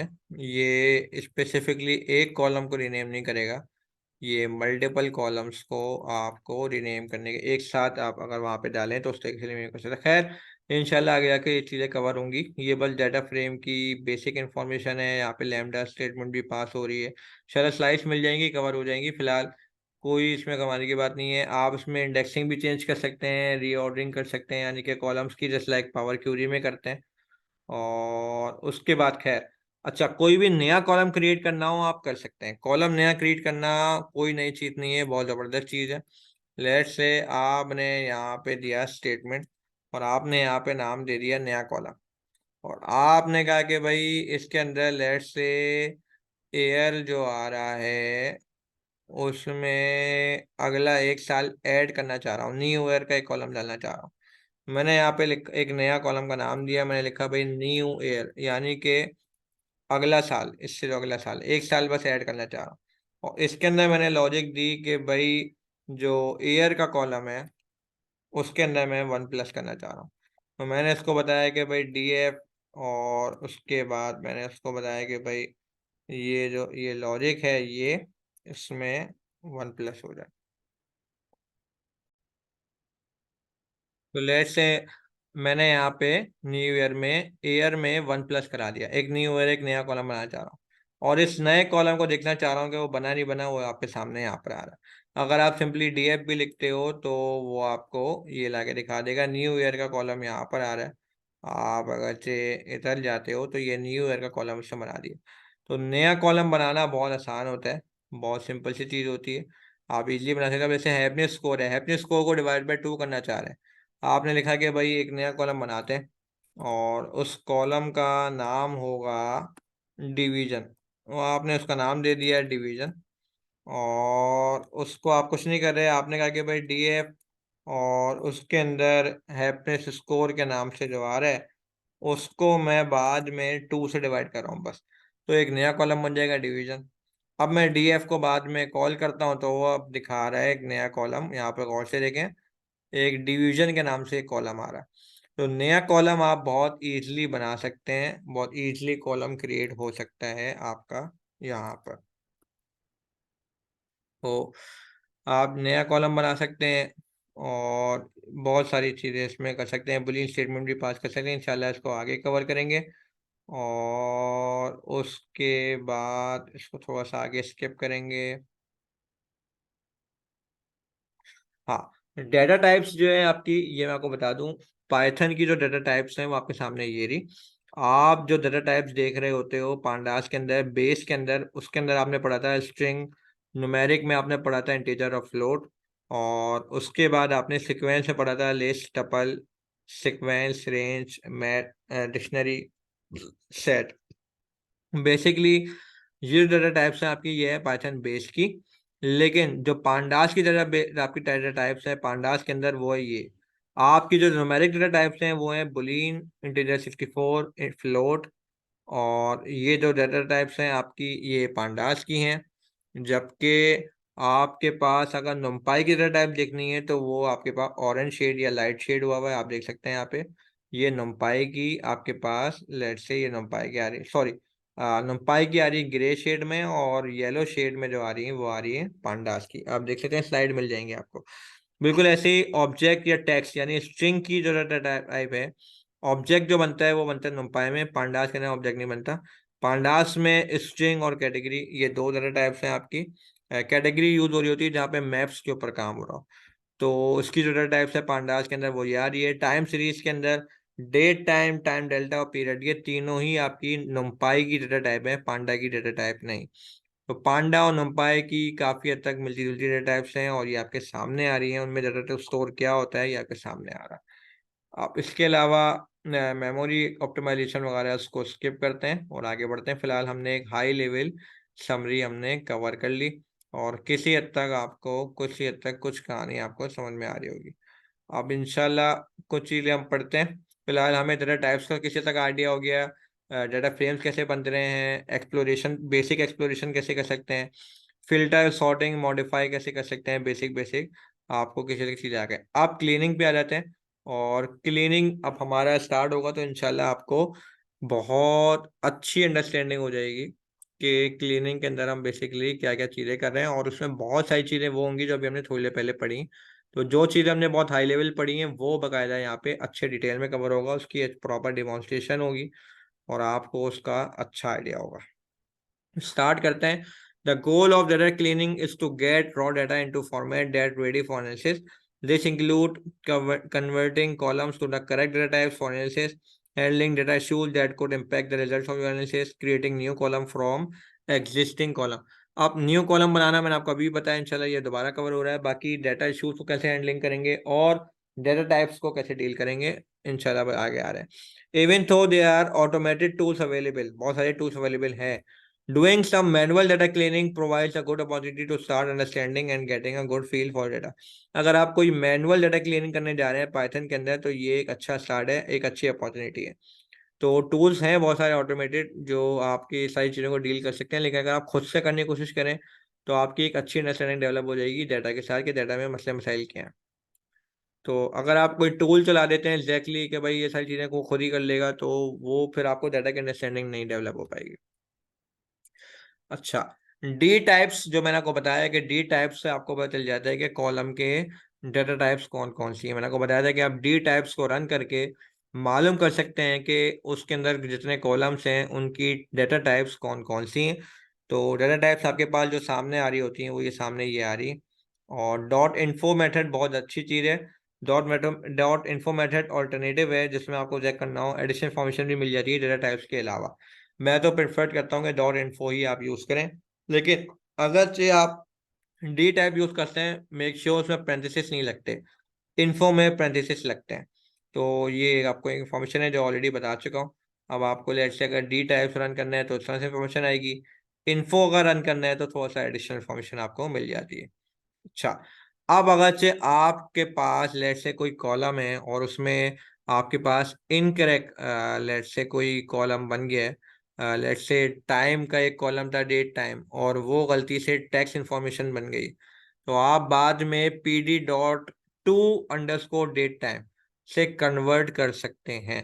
तो बेसिकली डाटा टाइप के इश्यूज आते हैं, अक्सर होता है गलत कॉलम गलत टाइप बन जाती है। तो अगर से आपको पता करना हो कि किस कॉलम की क्या डाटा टाइप बन गई है, तो वो डॉट इन्फो या डॉट डी टाइप्स बता देती हैं कि भाई कौन सा कॉलम है। लेट्स से ये रन टाइम आ रहा है, ये फ्लोट बन गया, वार्म अप टाइम आ रहा है, ये ऑब्जेक्ट बन गया, रन डेट जो आ रही है चलो डेट ही है, लेकिन कभी कभी कोई और डेट गलती से आपकी ऑब्जेक्ट बन जाती है या फ्लोट बन जाती है। ऑब्जेक्ट अगर बन रही है तो ऑब्जेक्ट का मतलब है स्ट्रिंग बन गई है, टेक्स्ट इन्फॉर्मेशन बन गई। नॉर्मली टेक्स्ट इन्फॉर्मेशन आपकी ऑब्जेक्ट कहलाती है। तो अगर गलती से डेट आपकी ऑब्जेक्ट बन गई तो आप बाद में उसको टू अंडरस्कोर डेट टाइम से कन्वर्ट कर सकते हैं। बिल्कुल ऐसी कोई इन्फॉर्मेशन टेक्स्ट बन गई उसको न्यूमेरिक कन्वर्ट करना है, आप टू न्यूमेरिक में भी कन्वर्ट कर सकते हैं। और इसके अलावा एक और तरीक़ाकार ये है कि अगर उसमें कोई किसी किस्म की कोई टेक्स्ट इन्फॉर्मेशन में डॉलर या कोई और चीज़ आ रही है, कॉमा वगैरह, तो आप रिप्लेस भी कर सकते हैं, dot S T R dot replace, उसके अंदर आप जो भी चीज़ डालेंगे वो रिप्लेस हो जाएगी आपकी। ये आप पढ़ सकते हैं।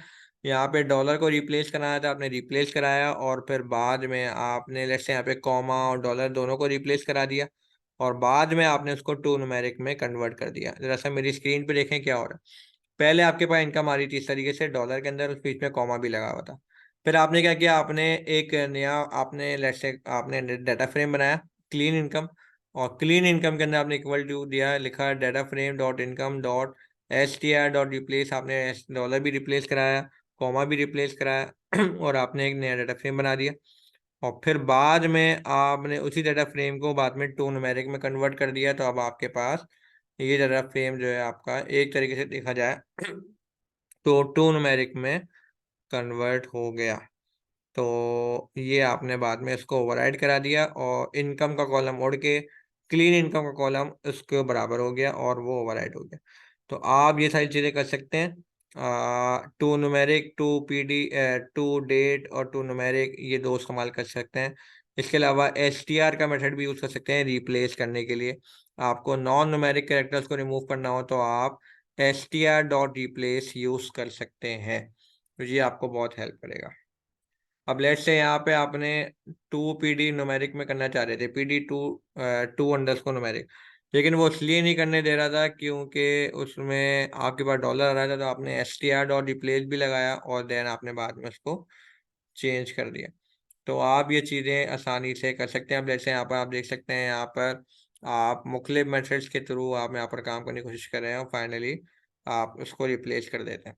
ये एक छोटा सा असाइनमेंट है, इसको स्किप करते हैं, आगे बढ़ जाते हैं। जो डेटा इशूज आ रहे होते हैं आपके पास वो कौन कौन से हैं, इनमें से एक है डुप्लीकेट, एक है इनकंसिस्टेंट टेक्स्ट टाइप टाइपोस, एक है आउटलायर, एक है मिसिंग। आप थोड़ा सा गौर से देखें आपके पास कितने तरह के मसले मसाइल आ रहे हैं इस डेटा सेट के अंदर। नॉर्मली आपको इस तरह का टास्क दिया जा सकता है कि आपको एक तरह का कोई डाटा सेट दे दें जिसमें आपको कुछ चैलेंजेस आ रहे हों और वो उसको किस तरीके से किया जा सकता है आप यहाँ पे पढ़ सकते हैं। वो चैलेंजेस अगर आ रहे हैं तो उनको कैसे डील किया जा सकता है, और वो कौन कौन से आ रहे हैं, आउटलायर क्या चीज़ होती है, मिसिंग डाटा क्या चीज़ है, इनकंसिस्टेंट टेक्स्ट एंड टाइपोस ये क्या चीज़ है, डुप्लीकेट्स क्या है, इसको प्लीज जरा सा पढ़ लें। Data types need to be identified and corrected upfront in order to not impact और skew the results of your analysis. Data issues जो होते हैं अगर वक्त पे पता चल जाए तो वो और सही हो जाए, करेक्ट हो जाए, तो वो आपकी स्क्यूनेस और आपके डाटा में जो इम्पैक्ट आ रहा होता है उससे बच जाते हैं आप। तो common message data types include जो बहुत ज़्यादा कॉमन है, एक तो डुप्लीकेशन हो जाती है, एक आपके जो डाटा टाइपोस हैं वो कंसिस्टेंट नहीं होते। लेट्स से आप यहाँ पर एक जगह दो दो वर्ड बता रहे हो न्यूयॉर्क एन वाई से, और एक जगह पूरा लिखा हुआ है न्यूयॉर्क, जब आप हिस्टोग्राम रन करोगे तो एन वाई का हिस्टोग्राम अलग बनेगा, न्यूयॉर्क अलग बनेगा, तो एक साथ नहीं बन पाएगा। तो इनकंसिस्टेंट टेक्स्ट एंड टाइपोस ये भी एक मसला होता है। आउटलायर ये भी एक प्रॉब्लम आ जाती है कि कोई बहुत बड़ी वैल्यू आ गई आउटलायर, जैसे 45,000 था 45 मिलियन आ गया। मिसिंग डाटा, आप मिसिंग डाटा को कैसे डील करोगे? अब इनको इंशाल्लाह बारी बारी हम पढ़ने जा रहे हैं, और इंशाल्लाह ये चारों मसले अगर हमें पता चल गया कि इनको कैसे डील किया जाता है, तो फाइनली एक और आपका एक सेक्शन है क्रिएटिंग न्यू कॉलम, जो अभी हम थोड़ी देर पहले पढ़ चुके हैं। गौर से देखें जब हम आगे आए तो न्यू कॉलम कैसे बनाया जाता है ये अभी हमने थोड़ी देर पहले कवर किया है, क्रिएटिंग न्यू कॉलम। इंशाल्लाह ये आपका टॉपिक रिपीट हो रहा है, और इससे हमें ये काफ़ी चीज़ पता चल जाएगी कि नया कॉलम कैसे बन सकता है। तो और आप कंडीशनल बेस भी नया कॉलम बना सकते हैं, और ये उसका असाइनमेंट है। और उसके बाद आप ये और भी कुछ यहाँ पर कुछ तरीक़ेकार आ रहे हैं, मेथड्स आ रहे हैं।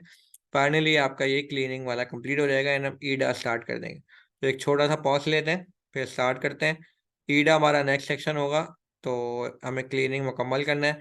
क्लीनिंग में समझ लें ना लास्ट सेक्शन जो है क्रिएटिंग न्यू कॉलम्स, तो आपको किसी हद तक थोड़ा बहुत पता चल गया है कि भाई न्यू कॉलम कैसे बनाते हैं। तो अभी हम वापस आएंगे। फिलहाल डाटा इशूज जो आपके चार तरह के हैं, चार कौन कौन से? डुप्लीकेटेड, इनकंसिस्टेंट टेक्स्ट एंड टाइपोस, इसके अलावा आपको बताया था आउटलायर एंड मिसिंग डाटा। तो इन चारों को किस तरह से डील करना है अभी हम थोड़ी देर में आते हैं, इसको थोड़ा सा पॉज करते हैं फिर इंशाल्लाह स्टार्ट करते हैं।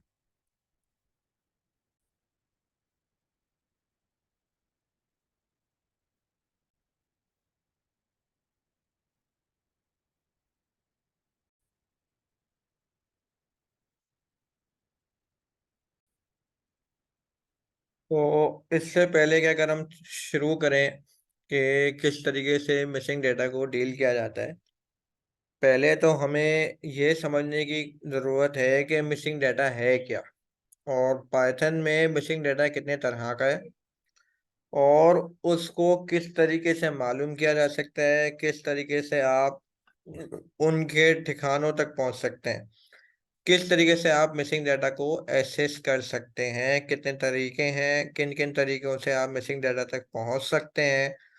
तो मिसिंग डाटा है क्या पहले तो हम ये समझ लेते हैं, फिर हम देखेंगे कि किस तरीके से मिसिंग डाटा को हैंडल किया जा सकता है। तो हैंडलिंग तो बात की चीज़ है, पहले तो ये समझने की कोशिश करें कि मिसिंग डाटा है क्या।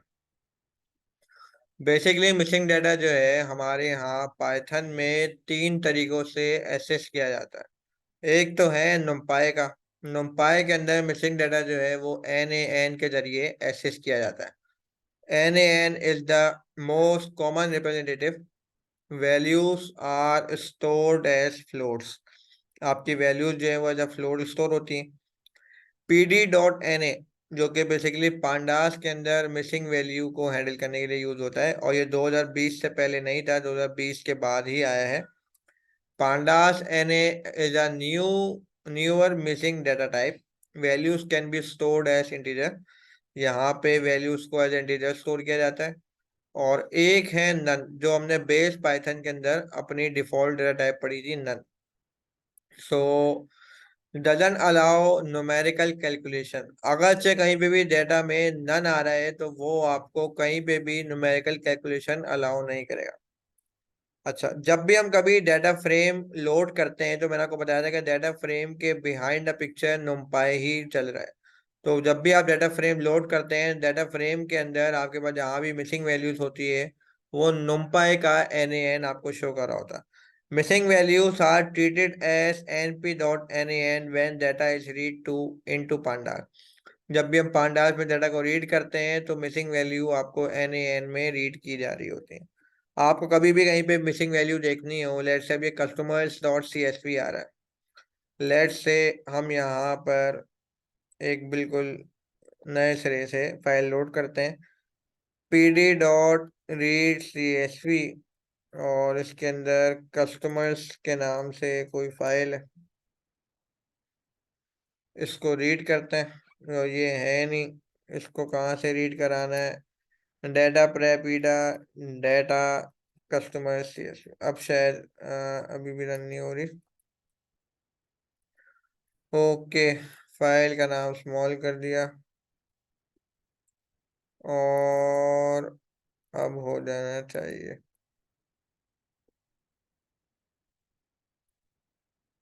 Date customers dot CSV।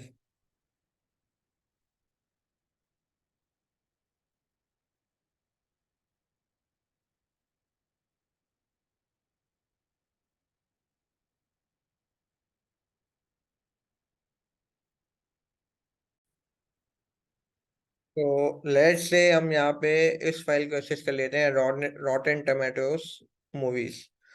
जैसे हमने इसको रन किया और हमारे पास यहाँ पर आप देख सकते हैं जहाँ पे भी वैल्यू नन मिसिंग थी वहां पर आप देख सकते हैं NaN आ रही है।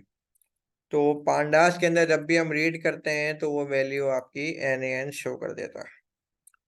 अब कभी भी आपको अगर जानना हो कि NaN वैल्यूज कितनी है तो आप जान सकते हैं इन्फो मेथड के जरिए। इसके अलावा आप वैल्यूज काउंट के अंदर अगर drop Na equal to false कर देंगे तो उसका मतलब ये है कि आप वहां से भी जो आपकी नल वैल्यूज हैं उसको आप जान सकते हैं। तो लेट्स से यहाँ पर हम गए और ये हमने लेट्स से एक डाटा फ्रेम बना दिया, df इक्वल टू pd.csv, एक डाटा फ्रेम बन गया। अब अगर से मैं इसमें मिसिंग वैल्यू देखना चाह रहा हूँ तो मैं इन्फो मेथड के जरिए भी देख सकता हूँ। यहाँ पर मेरे पास आप देख सकते हैं एक इन्फो मेथड के जरिए आपको पता चल जाएगा कि कहाँ पे मिसिंग वैल्यूज हैं। लेट्स से क्रिटिक कंसेंसस में उतनी वैल्यूज नहीं है जितनी होनी चाहिए, तो आप क्या कहते हैं इन्फो मेथड के जरिए भी जान सकते हैं। इसके अलावा आप इस NA मेथड के जरिए भी यूज कर सकते हैं। लेट्स से अब इस NA कौन सा मेथड है, इस NA एक मेथड है जो आपको बता दे सकता है कि कितने कॉलम्स के अंदर मिसिंग वैल्यू आ रही है। जैसे यहाँ पे ट्रू आ रही है तो कहीं पे भी आपकी वैल्यू नल होगी वो आपको वहां पे ट्रू दिखा देगा। अब लेट से आपने यहाँ पे सम लेना है कि कितनी वैल्यूज लेट से आपकी नल आ रही हैं, तो आपको ये बता देगा सम मेथड। इस NA के अगर आगे आप सम कर देंगे, अब बेसिकली सम काम कैसे कर रहा है, जब हमने NA लगाया था तो बेसिकली वो कर ये रहा था कि वो आपको वहां पर आपको ट्रू दिखा रहा था जहाँ पे नल है। True stand for one and false stand for zero. Basically जब हम सम करते हैं तो उसके अंदर जहां भी कहीं वन आ रहा होगा यानी ट्रू आ रहा होगा वो उसका सम कर देगा और हमें बता देगा कि उस पर्टिकुलर कॉलम के अंदर कितने आपके नल आ रहे हैं। सो बेसिकली इतने कॉलम्स के अंदर आपकी मिसिंग वैल्यूज राइट नाउ मौजूद हैं, ये आप देख सकते हैं। तो सम के जरिए आपको मिसिंग वैल्यूज का सम मिल सकता है। प्लस अगर आप इसी लॉजिक को अगर आप आगे जाके डाटा फ्रेम के क्राइटेरिया के अंदर डाल दें, लेट्स से आपने डाला कि भाई डाटा फ्रेम, और डाटा फ्रेम के अंदर आप लॉजिक दे सकते हैं कि भाई ये जो जहाँ पे भी ट्रू आ रहा है उनको आप हाईलाइट करना चाह रहे हैं। लेट्स से आपने इस NA जो है आपने लगाया उसको आप लेट्स से करना चाह रहे हैं ट्रू, तो अगर आप इसको रन करते हैं तो आपको बता देगा कि वो कॉलम जिनके अंदर वैल्यूज आपकी ट्रू आ रही है ये उसने आपको हाईलाइट करके दे दी। तो बेसिकली ये आपकी लॉजिक है जो आप अंदर यहाँ पर पास करवा रहे हैं। आप यहाँ पे लॉजिक कहीं पे भी स्टोर करा सकते हैं, लेट से आप लॉजिक कोई से भी कहीं पे भी स्टोर करा दें, और बाद में उसको यहाँ पर बता सकते हैं कि भाई लेट से मेरी लॉजिक है ये रही, और अब मैंने यहाँ पे दे दी लॉजिक। तो बेसिकली मैं ये भी कर सकता हूँ कि मैंने लॉजिक पहले बता दी, और अब मैं बाद में मैं उस लॉजिक को डाटा फ्रेम के यहाँ पर अगर मैं कॉलम का नाम देता हूँ तो कॉलम का नाम आ जाएगा। कि लेट से मैंने कॉलम का नाम दिया, और मैंने कॉलम का नाम दिया मूवी टाइटल। अगर मैं इसको रन करता हूँ तो मूवी टाइटल दिखा देगा कि भाई मूवी टाइटल में ये पड़ा हुआ है। और अगर मैं इसके अंदर लॉजिक पास कर दूंगा कि भाई मुझे जो है वो कॉलम चाहिए जो कि नल पड़े हुए हैं, तो वो सॉरी वो रॉस ले आएगा आपके पास पूरे इंटायर डाटा सेट की जिनमें नल वैल्यूज पड़ी हुई हैं। तो बेसिकली आप इसको इस तरीके से भी एक्सेस कर सकते हैं। प्लस अगर आप डॉट एनी एक्सेस वन कर देंगे तो उससे ये होगा कि रॉ में इंटायर अगर नल है तो उस तरीके से आ रहा है। अगर आपको देखना है कि नहीं इंटायर नल नहीं, बल्कि आपने कहा कि भाई अगर लेट से अब मैं इसको लोड करता हूँ फोन लेपल, मैंने कहा कि भाई ये लॉजिक मैंने स्टेटमेंट हटा दी लेट से, और मैंने कहा कि भाई D F dot S N A bracket open, और मैंने यहाँ पे इसको बताया एक्सेस इक्वल टू वन, और सॉरी यहाँ पे मैंने लिखा है डॉट एनी। एक डॉट एनी का भी एक मेथड है, अगर मैं उसको अप्लाई कर लूँ और use dot any bracket open dot axis equal to one, तो बेसिकली ये जो है आपके सामने ले आएगा कि लेट से ये तो अभी ला रहा है, इसमें ब्रैकेट लगाना भूल गया, ये रहा आपने ब्रैकेट लगा दिया। अब आप इसको रन करेंगे तो वो आपको बता देगा कि कितने कॉलम्स में कहाँ कहाँ पर एक सिंगल वैल्यू भी अगर ट्रू होगी तो वो आपको बता देगा, एक सिंगल वैल्यू भी अगर ट्रू हो जाए तो। और अगर आप इसको जीरो कर देते हैं तो वो क्या करेगा, वो फिर कॉलम्स के अंदर बताएगा कि कितने कॉलम्स में आपकी नल वैल्यूज मौजूद हैं। तो ये आपको बता रहे हैं कॉलम्स के अंदर कि कितने कॉलम्स के अंदर नल वैल्यू मौजूद है। और अगर आप रॉज में देखना चाह रहे हैं कि एक सिंगल वैल्यू में भी अगर पूरे इंटायर रॉ के अंदर कहीं पे भी नल आ गया तो वो आपको बता देगा कि ट्रू है। अब आप इसी को अगर लॉजिक बना दें, आपने कहा कि भाई लॉजिक इक्वल टू दिस, और आपने कहा कि भाई डीएफ के अंदर अब मैं यहाँ पे लॉजिक पास कर दूं कि अगर मुझे वो रॉल देखनी है जिसमें कहीं पे भी एक जगह भी अगर नल आ गया रॉ में तो वो आ जाए। तो मैंने इसको देखा तो मेरे पास वो रॉस आ रही हैं जिनमें कहीं पे भी एक जगह भी अगर एन एन आ गया एक जगह भी रॉ में कहीं पे भी, तो वो आपको शो करा देगा। लेट्स से 9,000 रॉस के करीब हाईलाइट हुई हैं जिनमें कहीं पे भी बीच में एन ए आ रहा था। तो आइए इसकी डिमॉन्स्ट्रेशन देख लेते हैं। लेट्स से हमने यहाँ पर एक अब ऐसे स्टूडेंट ग्रेड्स के नाम से एक टेबल हमने उसको स्टोर कर लिया, डी एफ टेल हमने निकाला चेक करने के लिए कि एन एन आ रहा है नहीं आ रहा, पता चला आ रहा है, ऐसे ही टेल निकाल के चेक किया। फिर आपने डॉट इन्फो मेथड लगाया और डॉट वैल्यूज काउंट, हम वैल्यूज काउंट के जरिए भी चेक कर सकते हैं कि उसके अंदर लेट से किसी का कोई नल आ रहा है तो वो आपको बता दिया कि भाई वैल्यू काउंट्स के अंदर इतनी जगहों में नल आ रहा है। स्पेसिफिकली कॉलम के अंदर भी देख सकते हैं कि स्पेसिफिकली कॉलम कितने के अंदर कितनी वैल्यूज आपकी कितनी आ रही है। अब लेट से आपने कहा कि भाई ये जो कहते हैं लेट से रेटिंग आ रहा है, रेटिंग के अंदर कितनी तरह की आपके पास आ रहे हैं, तो लेट से आपने यहाँ पे लिखा है कि भाई डी एफ डॉट इस कहते हैं वैल्यूज काउंट ब्रैकेट ओपन, और यहाँ पर आपने एक और चीज़ बता दी, लेट से आपके कॉलम का नाम है रेटिंग। अब आप देखना चाह रहे हैं स्पेसिफिकली कॉलम के अंदर के उसके अंदर जो पड़ी हुई चीज़ें हैं वो कितनी है। तो लेट से आपके पास ये इतनी चीज़ें आ रही हैं, यानी कि आपको बाइफिकेशन चेक करनी है कि लेट से स्पेसिफिक कॉलम के अंदर क्या क्या चीज़ें कितनी कितनी पड़ी हुई हैं। अब ये रेटिंग आ रही है।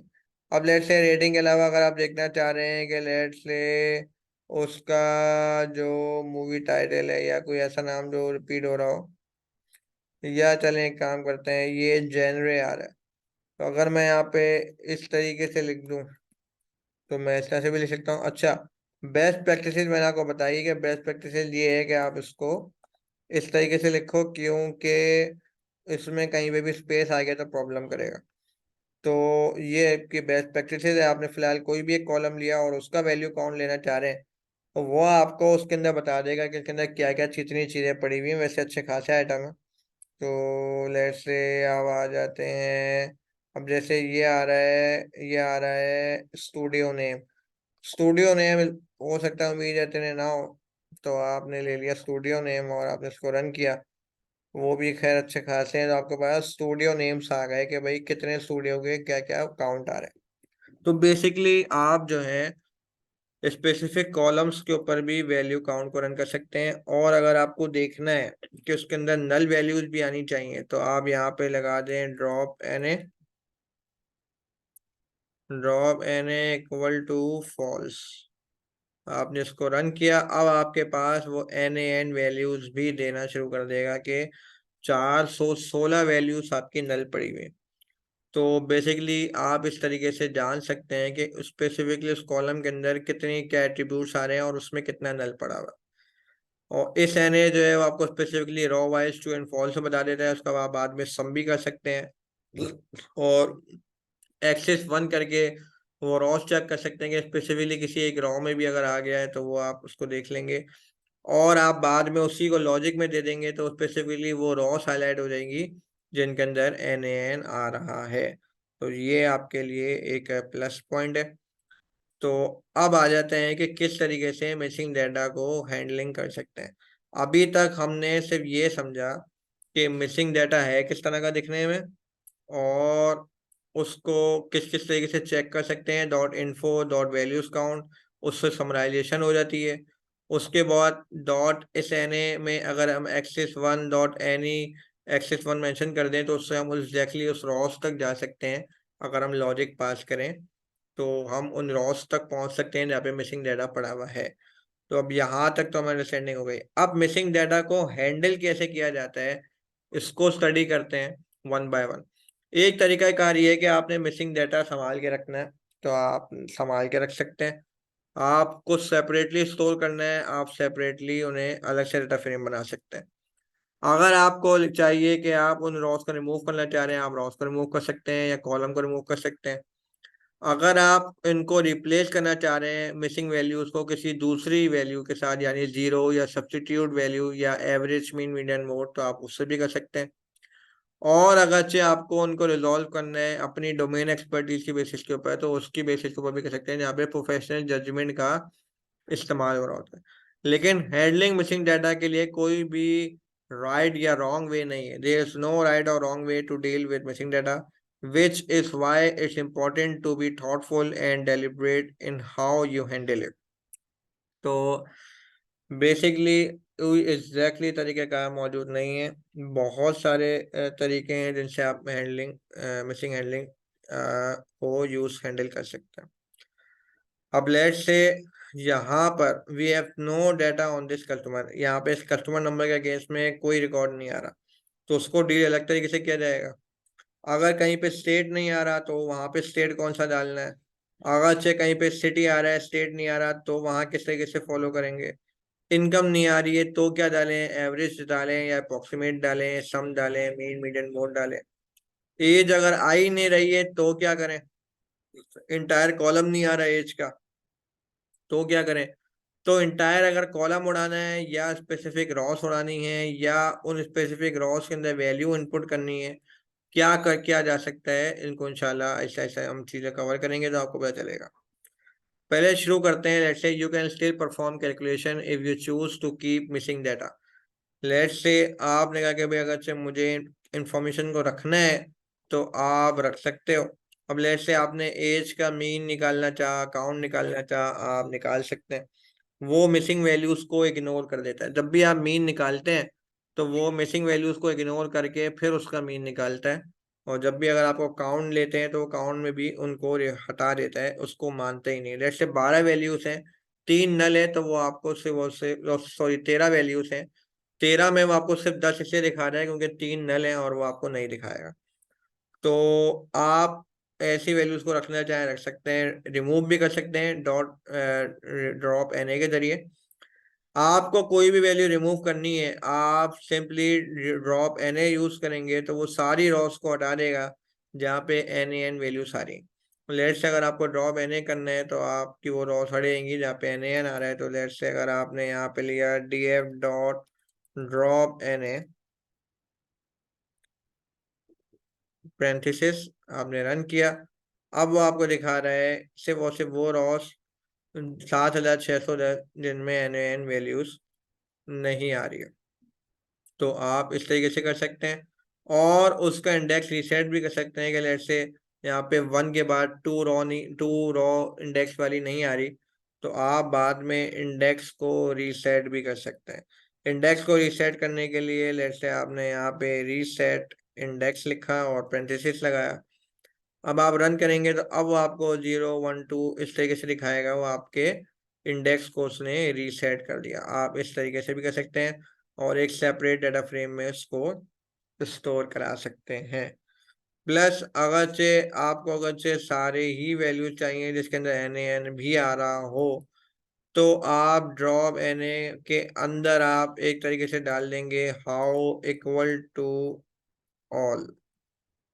इससे ये होता है कि वो आपको फिर सारी ही रोल दिखाएगा जिसके अंदर भले नल भी आ रहा हो तो भी आपको दिखा रहा होगा। तो ये एक तरीका है जिससे आप सारी वैल्यूज रखना चाह रहे हैं तो वो आपको दिखा देगा कि कहाँ कहाँ पे आपको अगर से कहीं पे नल आ रहा है कहीं पे नल नहीं आ रहा, वो सारी चीजें ले आएगा। Remove roll that only have none, वो आपको सिर्फ वो रोल दिखाएगा जिसके अंदर कहीं एक जगह एन ए एन आ रहा है, कोई मसला नहीं।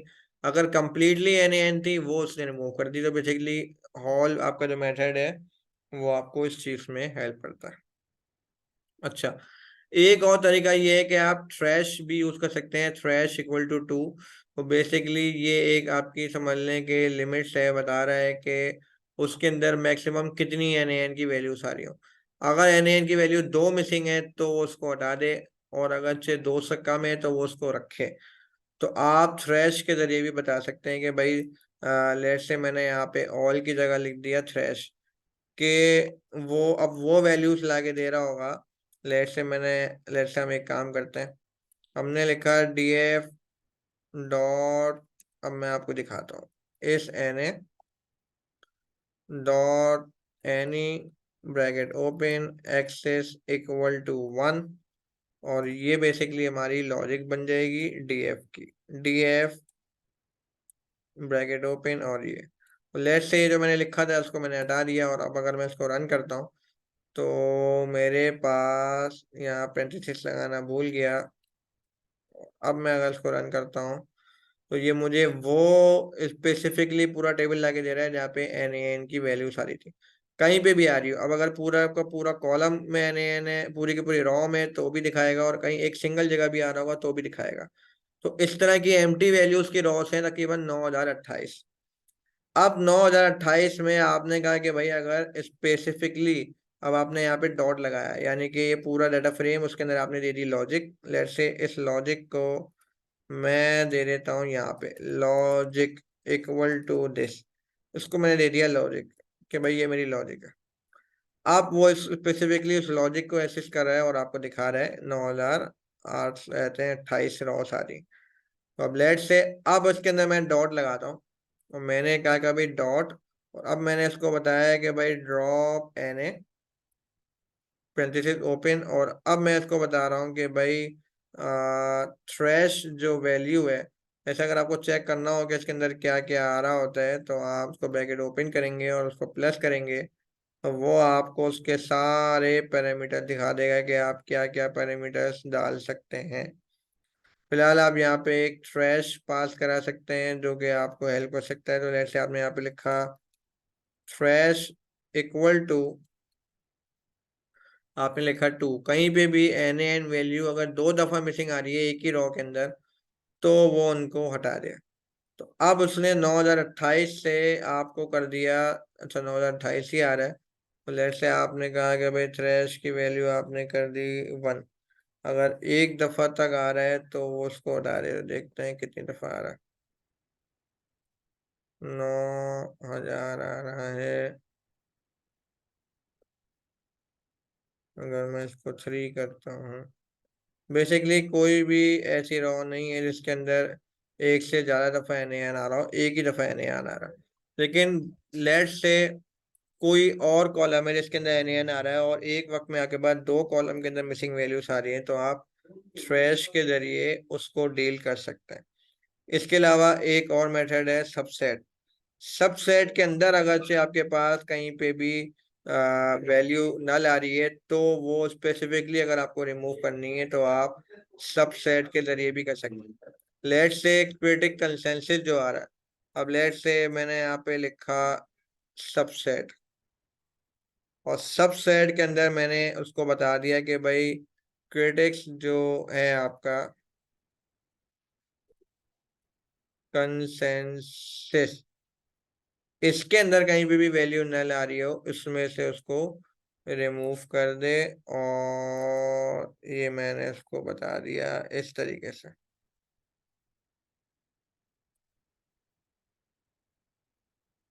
तो बेसिकली अब क्रिटिक्स के कॉलम के अंदर अगर एन ए आ रहा है तो वो हटा दिया, हाँ। बाकी अगर लेट से इस कॉलम के अंदर एन ए आ रहा है तो वो उसने रहने दिया। यानी कि अगर आप स्पेसिफिकली कॉलम में से अगर से मिसिंग डाटा वैल्यूज को हटाना चाह रहे हैं स्पेसिफिक एक सिंगल कॉलम में से, तो आप सबसेट के जरिए आप कर सकते हैं। सबसेट के जरिए आप स्पेसिफिक एक सिंगल कॉलम में से आपको अगर से एन वैल्यूज रिमूव करनी है तो आप उसको रिमूव कर सकते हो। ये एक और प्लस पॉइंट है आपके पास। तो अच्छा, अब एक और मेथड है not N A. Not N A जो है बेसिकली क्या काम करता है, note that using drop N A और not N A to remove with missing data do not make permanent changes to the data frame. So you need to save output to a new data frame or the same one and set argument in place too.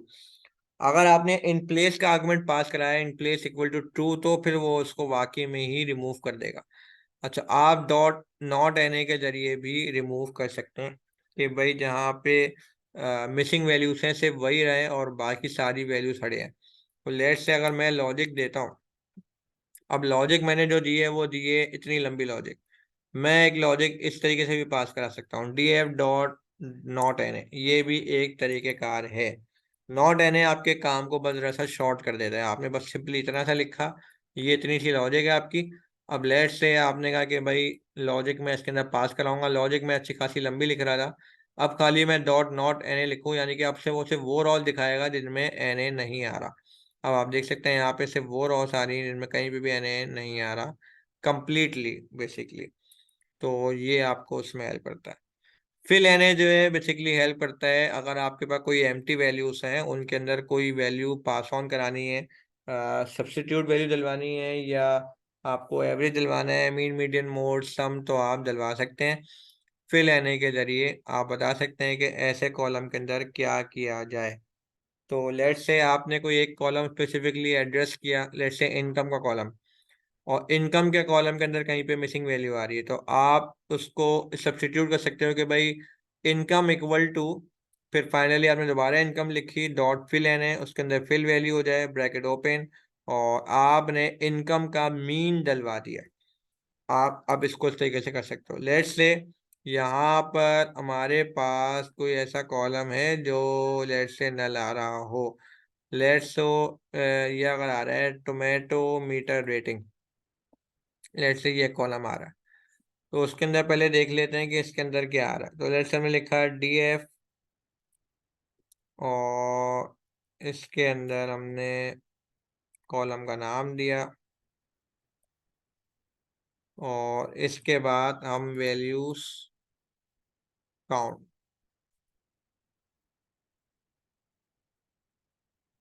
तो वो आपको दिखा देगा। अगर मैं इसको run करता हूँ, इसको रन हो गया, उसके बाद मैंने यहाँ पे लिखा values count bracket open, run किया, और सॉरी वैल्यू काउंट क्या है,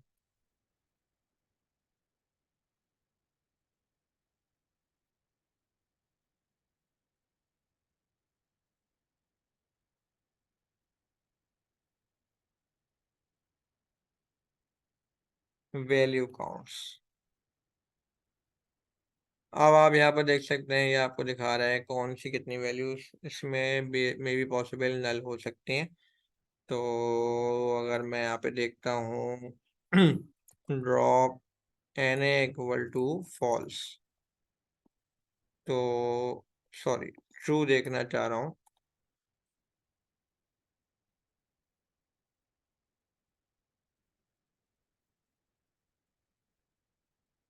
इसमें तो कहीं पे भी कोई कॉलम नल नहीं है। लेट से और कोई कॉलम उठा लेता हूँ जहाँ पर मैं मीन मीडियन मोड कर सकूँ। तो ये कुछ कॉलम आ रहे हैं, देखता हूँ। ये एक काम करता हूँ, यहाँ से भी पता चल जाएगा। df dot values dot count drop N A equal to true, ये मैंने पास किया। और वो आपको, हाँ, या यहाँ पे मैं ले लेता हूँ इन्फो, मैंने पास कर दिया और ये मुझे बता रहा है किस कॉलम के अंदर कमी बेशी है। तो लेट्स से ऑडियंस की रेटिंग के अंदर कहीं पे नल आ रहा है, दो वैल्यूज में नल है। तो 386 और जबकि 638 है, ऑडियंस की रेटिंग में नल पड़ा हुआ। अब लेट्स से मैं ऊपर आया और मैंने क्या किया,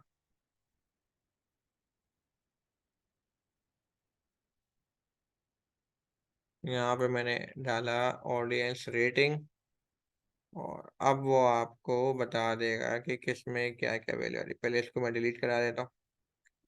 अब ये आ गया। अब बेसिकली इसके अंदर मुझे फिल कराना है। पहले तो मैं वो वैल्यूज देख लूँ जो कि स्पेसिफिकली नल आ रही है। लिखा डी एफ ऑडियंस रेटिंग, और उसके अंदर मैंने फर्दर स्लाइसिंग करना चाह रहा हूँ इस एन ए के अंदर आगे फॉर एनी का मेथड, और एनी के मेथड के अंदर मैंने लिखा एक्सेस इक्वल टू 1। तो अगर मैं इसको रन करता हूँ तो वो मुझे दे रहा है error.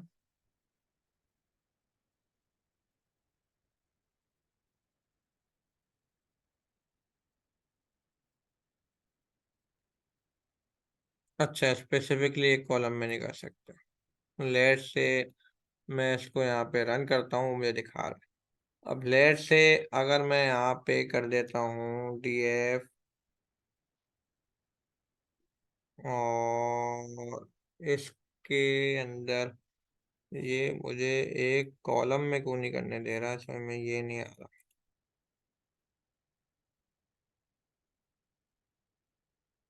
Okay.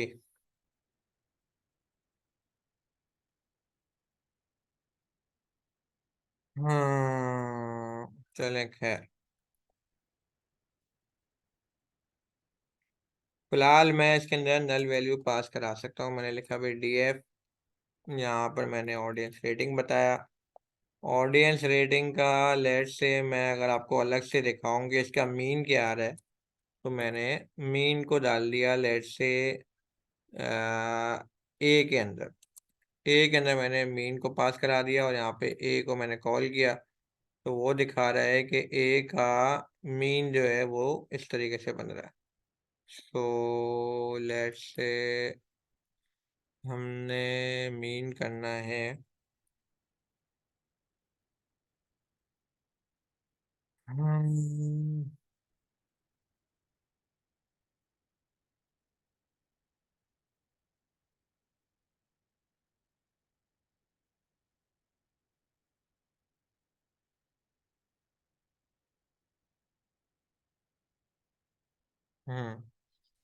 Dot mean bracket open, और इसने आपको मीन दिखा दिया 60.47। अब लेट से इसी को ही हम डलवाने जा रहे हैं, ए के अंदर डलवा देंगे। तो लेट से मैंने यहाँ पे डाला audience equal to audience dot mean, और वो डलवाना है इसके अंदर। यहाँ पे fill N A bracket open, और यहाँ पर मैंने लॉजिक दे दी ए की, कि मुझे ए फिल करवाना है। तो बेसिकली ऑडियंस रेटिंग के अंदर जहाँ पे भी कहीं पे भी फिल एन ए आ रहा होगा, तो आप वहाँ पे फिल एन ए के अंदर जो भी मिसिंग वैल्यू में आपको जो भी रिप्लेसमेंट करानी है, आप वो रिप्लेसमेंट करा सकते हैं। और रिप्लेसमेंट को आप जो भी पुश करना है वो यहाँ पे भी कर सकते हैं, या यहाँ पर आप डायरेक्टली वो लॉजिक दे सकते हैं। अब देखें यहाँ पर कहीं पे भी फिल एन ए नहीं है। अब अगर चाहे मैं लेट से df.info लेता हूँ, तो अब मुझे ऑडियंस रेटिंग के अंदर कहीं पे भी नल वैल्यूज नजर नहीं आएगी। अब मैं अगर ऑडियंस रेटिंग में आता हूँ, तो मेरी टोटल वैल्यूज और जो मेरी यहाँ पर वैल्यूज आ रही हैं, वो दोनों मेरी बराबर है। इस मीन्स के मैं इजली यहाँ पर उस तरीके से डील कर सकता हूँ जिस तरीके से मुझे करना चाहिए। तो लेट से ये मैंने कर लिया यहाँ पर। लेट से डॉट कहते हैं ड्रॉप एन ए जो है, इसको आपको यहाँ तक किसी तक क्लियर हो गया होगा कि आप किस तरीके से वैल्यूज को ड्रॉप कर सकते हैं, या not N A fill N A से किस तरह से आप वैल्यूज को कीप कर सकते हैं। इसके अलावा आप लॉक मेथड भी यूज कर सकते हैं। फॉर एग्जाम्पल, अगर आपको कोई कॉलम के अंदर स्पेसिफिक वैल्यू अगर चेंज करनी है, तो लॉक एसेसर आपको हेल्प करता है कि आप उस वैल्यू को अपडेट कर सकते हैं। लेट्स से आपको वैल्यू अपडेट करनी है 10th रॉ, यानी कि 11वीं रॉ में, यानी 10 इंडेक्स में। और 10 इंडेक्स में उसकी वैल्यू लेट्स से स्टेट की NaN आ रही है, तो आप उसमें कोई चीज़ ऐड करना चाहते हैं, तो आप इस तरीके से कर सकते हैं। लॉक एसेसर आपको हेल्प करता है कि आप उसमें लॉक में शुरू में आप यहाँ पे रॉ के बारे में बताएंगे, यानी स्लाइसिंग के जरिए। और यहाँ पर आपने कॉलम का नाम दिया इक्वल टू, तो आप उसके अंदर जो मिसिंग वैल्यू है उसको आप एंटर करवा सकते हैं। तो दिस इज वन ऑफ कि आप इसमें एक तरीके से इस तरीके से भी वैल्यू ऐड कर सकते हैं। और अब हमारा टॉपिक आ जाता है कि किस तरीके से हम इनकंसिस्टेंट टाइप एंड टेक्स्ट को किस तरीके से ऐड कर सकते हैं। लाइक दैट कहीं पे न्यूयॉर्क NY है, कहीं पे न्यूयॉर्क आ रहा है, तो इसको हम किस तरीके से ऐड कर सकते हैं। तो लेट से अगर तुम्हें इस किस्म के मसलों को सही करना हो कि इनकंसिस्टेंट टेक्स्ट हो, टाइपोस एरर्स हो, तो उसको हम कैसे सही कर सकते हैं आगे देखते हैं। लेकिन कोई स्ट्रेट फॉरवर्ड कोई अप्रोच कहीं पे भी आपको नहीं मिलेगी। हम इसमें मुख्तलिफ तरीक़ों से इसको हैंडल कर सकते हैं। एक तो ये है कि अगर कहीं कैटेगोरिकल इंफॉर्मेशन में इस किस्म का मसला आ रहा है, तो और अगरचे कोई न्यूमेरिकल डाटा है तो उसको किस तरीके से कर सकते हैं। तो लाइक दिस, न्यूमेरिकल डाटा में इनकंसिस्टेंसी आ सकती है अगरचे एक छोटी वैल्यू और एक बहुत बड़ी वैल्यू आ जाए, तो आप मिनिमम और मैक्सिमम की रेंज के ज़रिए आप निकाल सकते हैं, यानी डिस्क्रिप्टिव स्टैटिस्टिक्स के ज़रिए। और अगर चेक कैटेगोरिकल के अंदर आ जाए, तो आप इस तरीके से देख सकते हैं। तो आप लेट्स से अगर आपको कभी भी देखना हो, तो आप किसी भी स्पेसिफिक कॉलम का नाम देकर डॉट वैल्यूज काउंट निकालेंगे, तो वो आपको स्पेसिफिकली उस कॉलम का ब्रेकअप दे देगा कि उसमें कितनी कौन कौन सी वैल्यूज क्या क्या चीज़ें आ रही।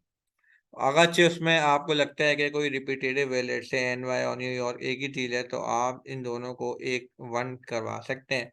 और उसके लिए क्या चीज़ें हो सकती हैं, कौन-कौन से मेथड्स हैं जिनको हम फॉलो करेंगे। और अगरचे न्यूमेरिकल डाटा के अंदर कोई इनकंसिस्टेंसी आ जाती है, जैसे मिनिमम अमाउंट बहुत छोटी है, मैक्सिमम बहुत बड़ी है, और मैक्सिमम इस वजह से बड़ी हो गई क्योंकि आउटलायर आ गया था। तो आउटलायर अगर आ जाए, तो उसको कैसे एडजस्ट करते हैं। और अगर कैटेगोरिकल डाटा के अंदर कंसिस्टेंसी है, कैटेगोरिकल में तो ये 4 मेथड है जो हम लोग यूज़ करते हैं। और अगरचे आपको लेट्स से आउटलायर आ जाए और एक बहुत बड़ी वैल्यू आ जाए, न्यूमेरिकल वैल्यू के अंदर अगर उसको सही करना पड़ जाए, तो उसके अंदर वही स्टैटिकल नॉलेज अप्लाई होती है, लाइक हिस्टोग्राम, बॉक्स प्लॉट और स्टैंडर्ड डिवीजन। और आपको ये तीनों चीज़ें मैंने बताई थी स्टैट्स के लेक्चर के अंदर। तो वहाँ हम इस डिस्पर्जन को देखते हुए उसमें जो उसकी आउटलायर वैल्यूज हैं उसको एडजस्ट कर सकते हैं, और फिर शुरू हो जाएगा आपका न्यू कॉलम को किस तरह से क्रिएट करते हैं। तो फिलहाल इसको सेशन को वाइंड अप करते हैं, सेशन खत्म करते हैं, नेक्स्ट सेशन शुरू करेंगे। इसी बस एक छोटा सा हिस्सा रह गया हमारा, कि कैटेगोरिकल वैल्यूज को कैसे एडजस्ट किया जाएगा अगर उसमें किसी किस्म की इनकन्सिस्टेंसी आ जाए, और न्यूमेरिकल वैल्यू को कैसे एडजस्ट किया जाएगा। इसके दोनों के जो भी अप्रोचेस हैं वो आपको बताई जाएंगी, और न्यू कॉलम कैसे क्रिएट किया जा सकता है ये आपको बताया जाएगा। देन क्लीनिंग वाला पार्ट आपका कंप्लीट हो जाएगा, एंड देन फिर हम एक्सप्लोरेटरी डेटा एनालिसिस को कवर करेंगे। तो इंशाल्लाह आपका ये वाला पार्ट भी कवर हो जाएगा, तो फिर एक लास्ट सेशन रह जाएगा, और वो है हमारा मशीन लर्निंग के लिए जो मॉडलिंग स्टार्ट करते हैं वो। लेकिन आई कैप में वो वाला पार्ट टेस्ट नहीं होगा, वो जस्ट फॉर योर नॉलेज है, उसकी मैं एक वीडियो बना के डाल दूंगा। ज़रूरी नहीं कि आप उसको देखें, जस्ट फॉर इंफॉर्मेशन है। लेकिन ईडा कंपलसरी है, आपको एक्सप्लोरेटरी डाटा एनालिसिस करना आना चाहिए इंशाल्लाह। उसके ऊपर में अब अगला सेशन हमारा उसी के ऊपर होगा। ये सेशन हम बस ख़त्म कर रहे हैं, बस जो उसका रिमेनिंग पार्ट है वो कनेक्ट करके एंड देन फिर हम ईडा परफॉर्म करेंगे नेक्स्ट सेशन के अंदर। Thank you. अल्लाह हाफिज़।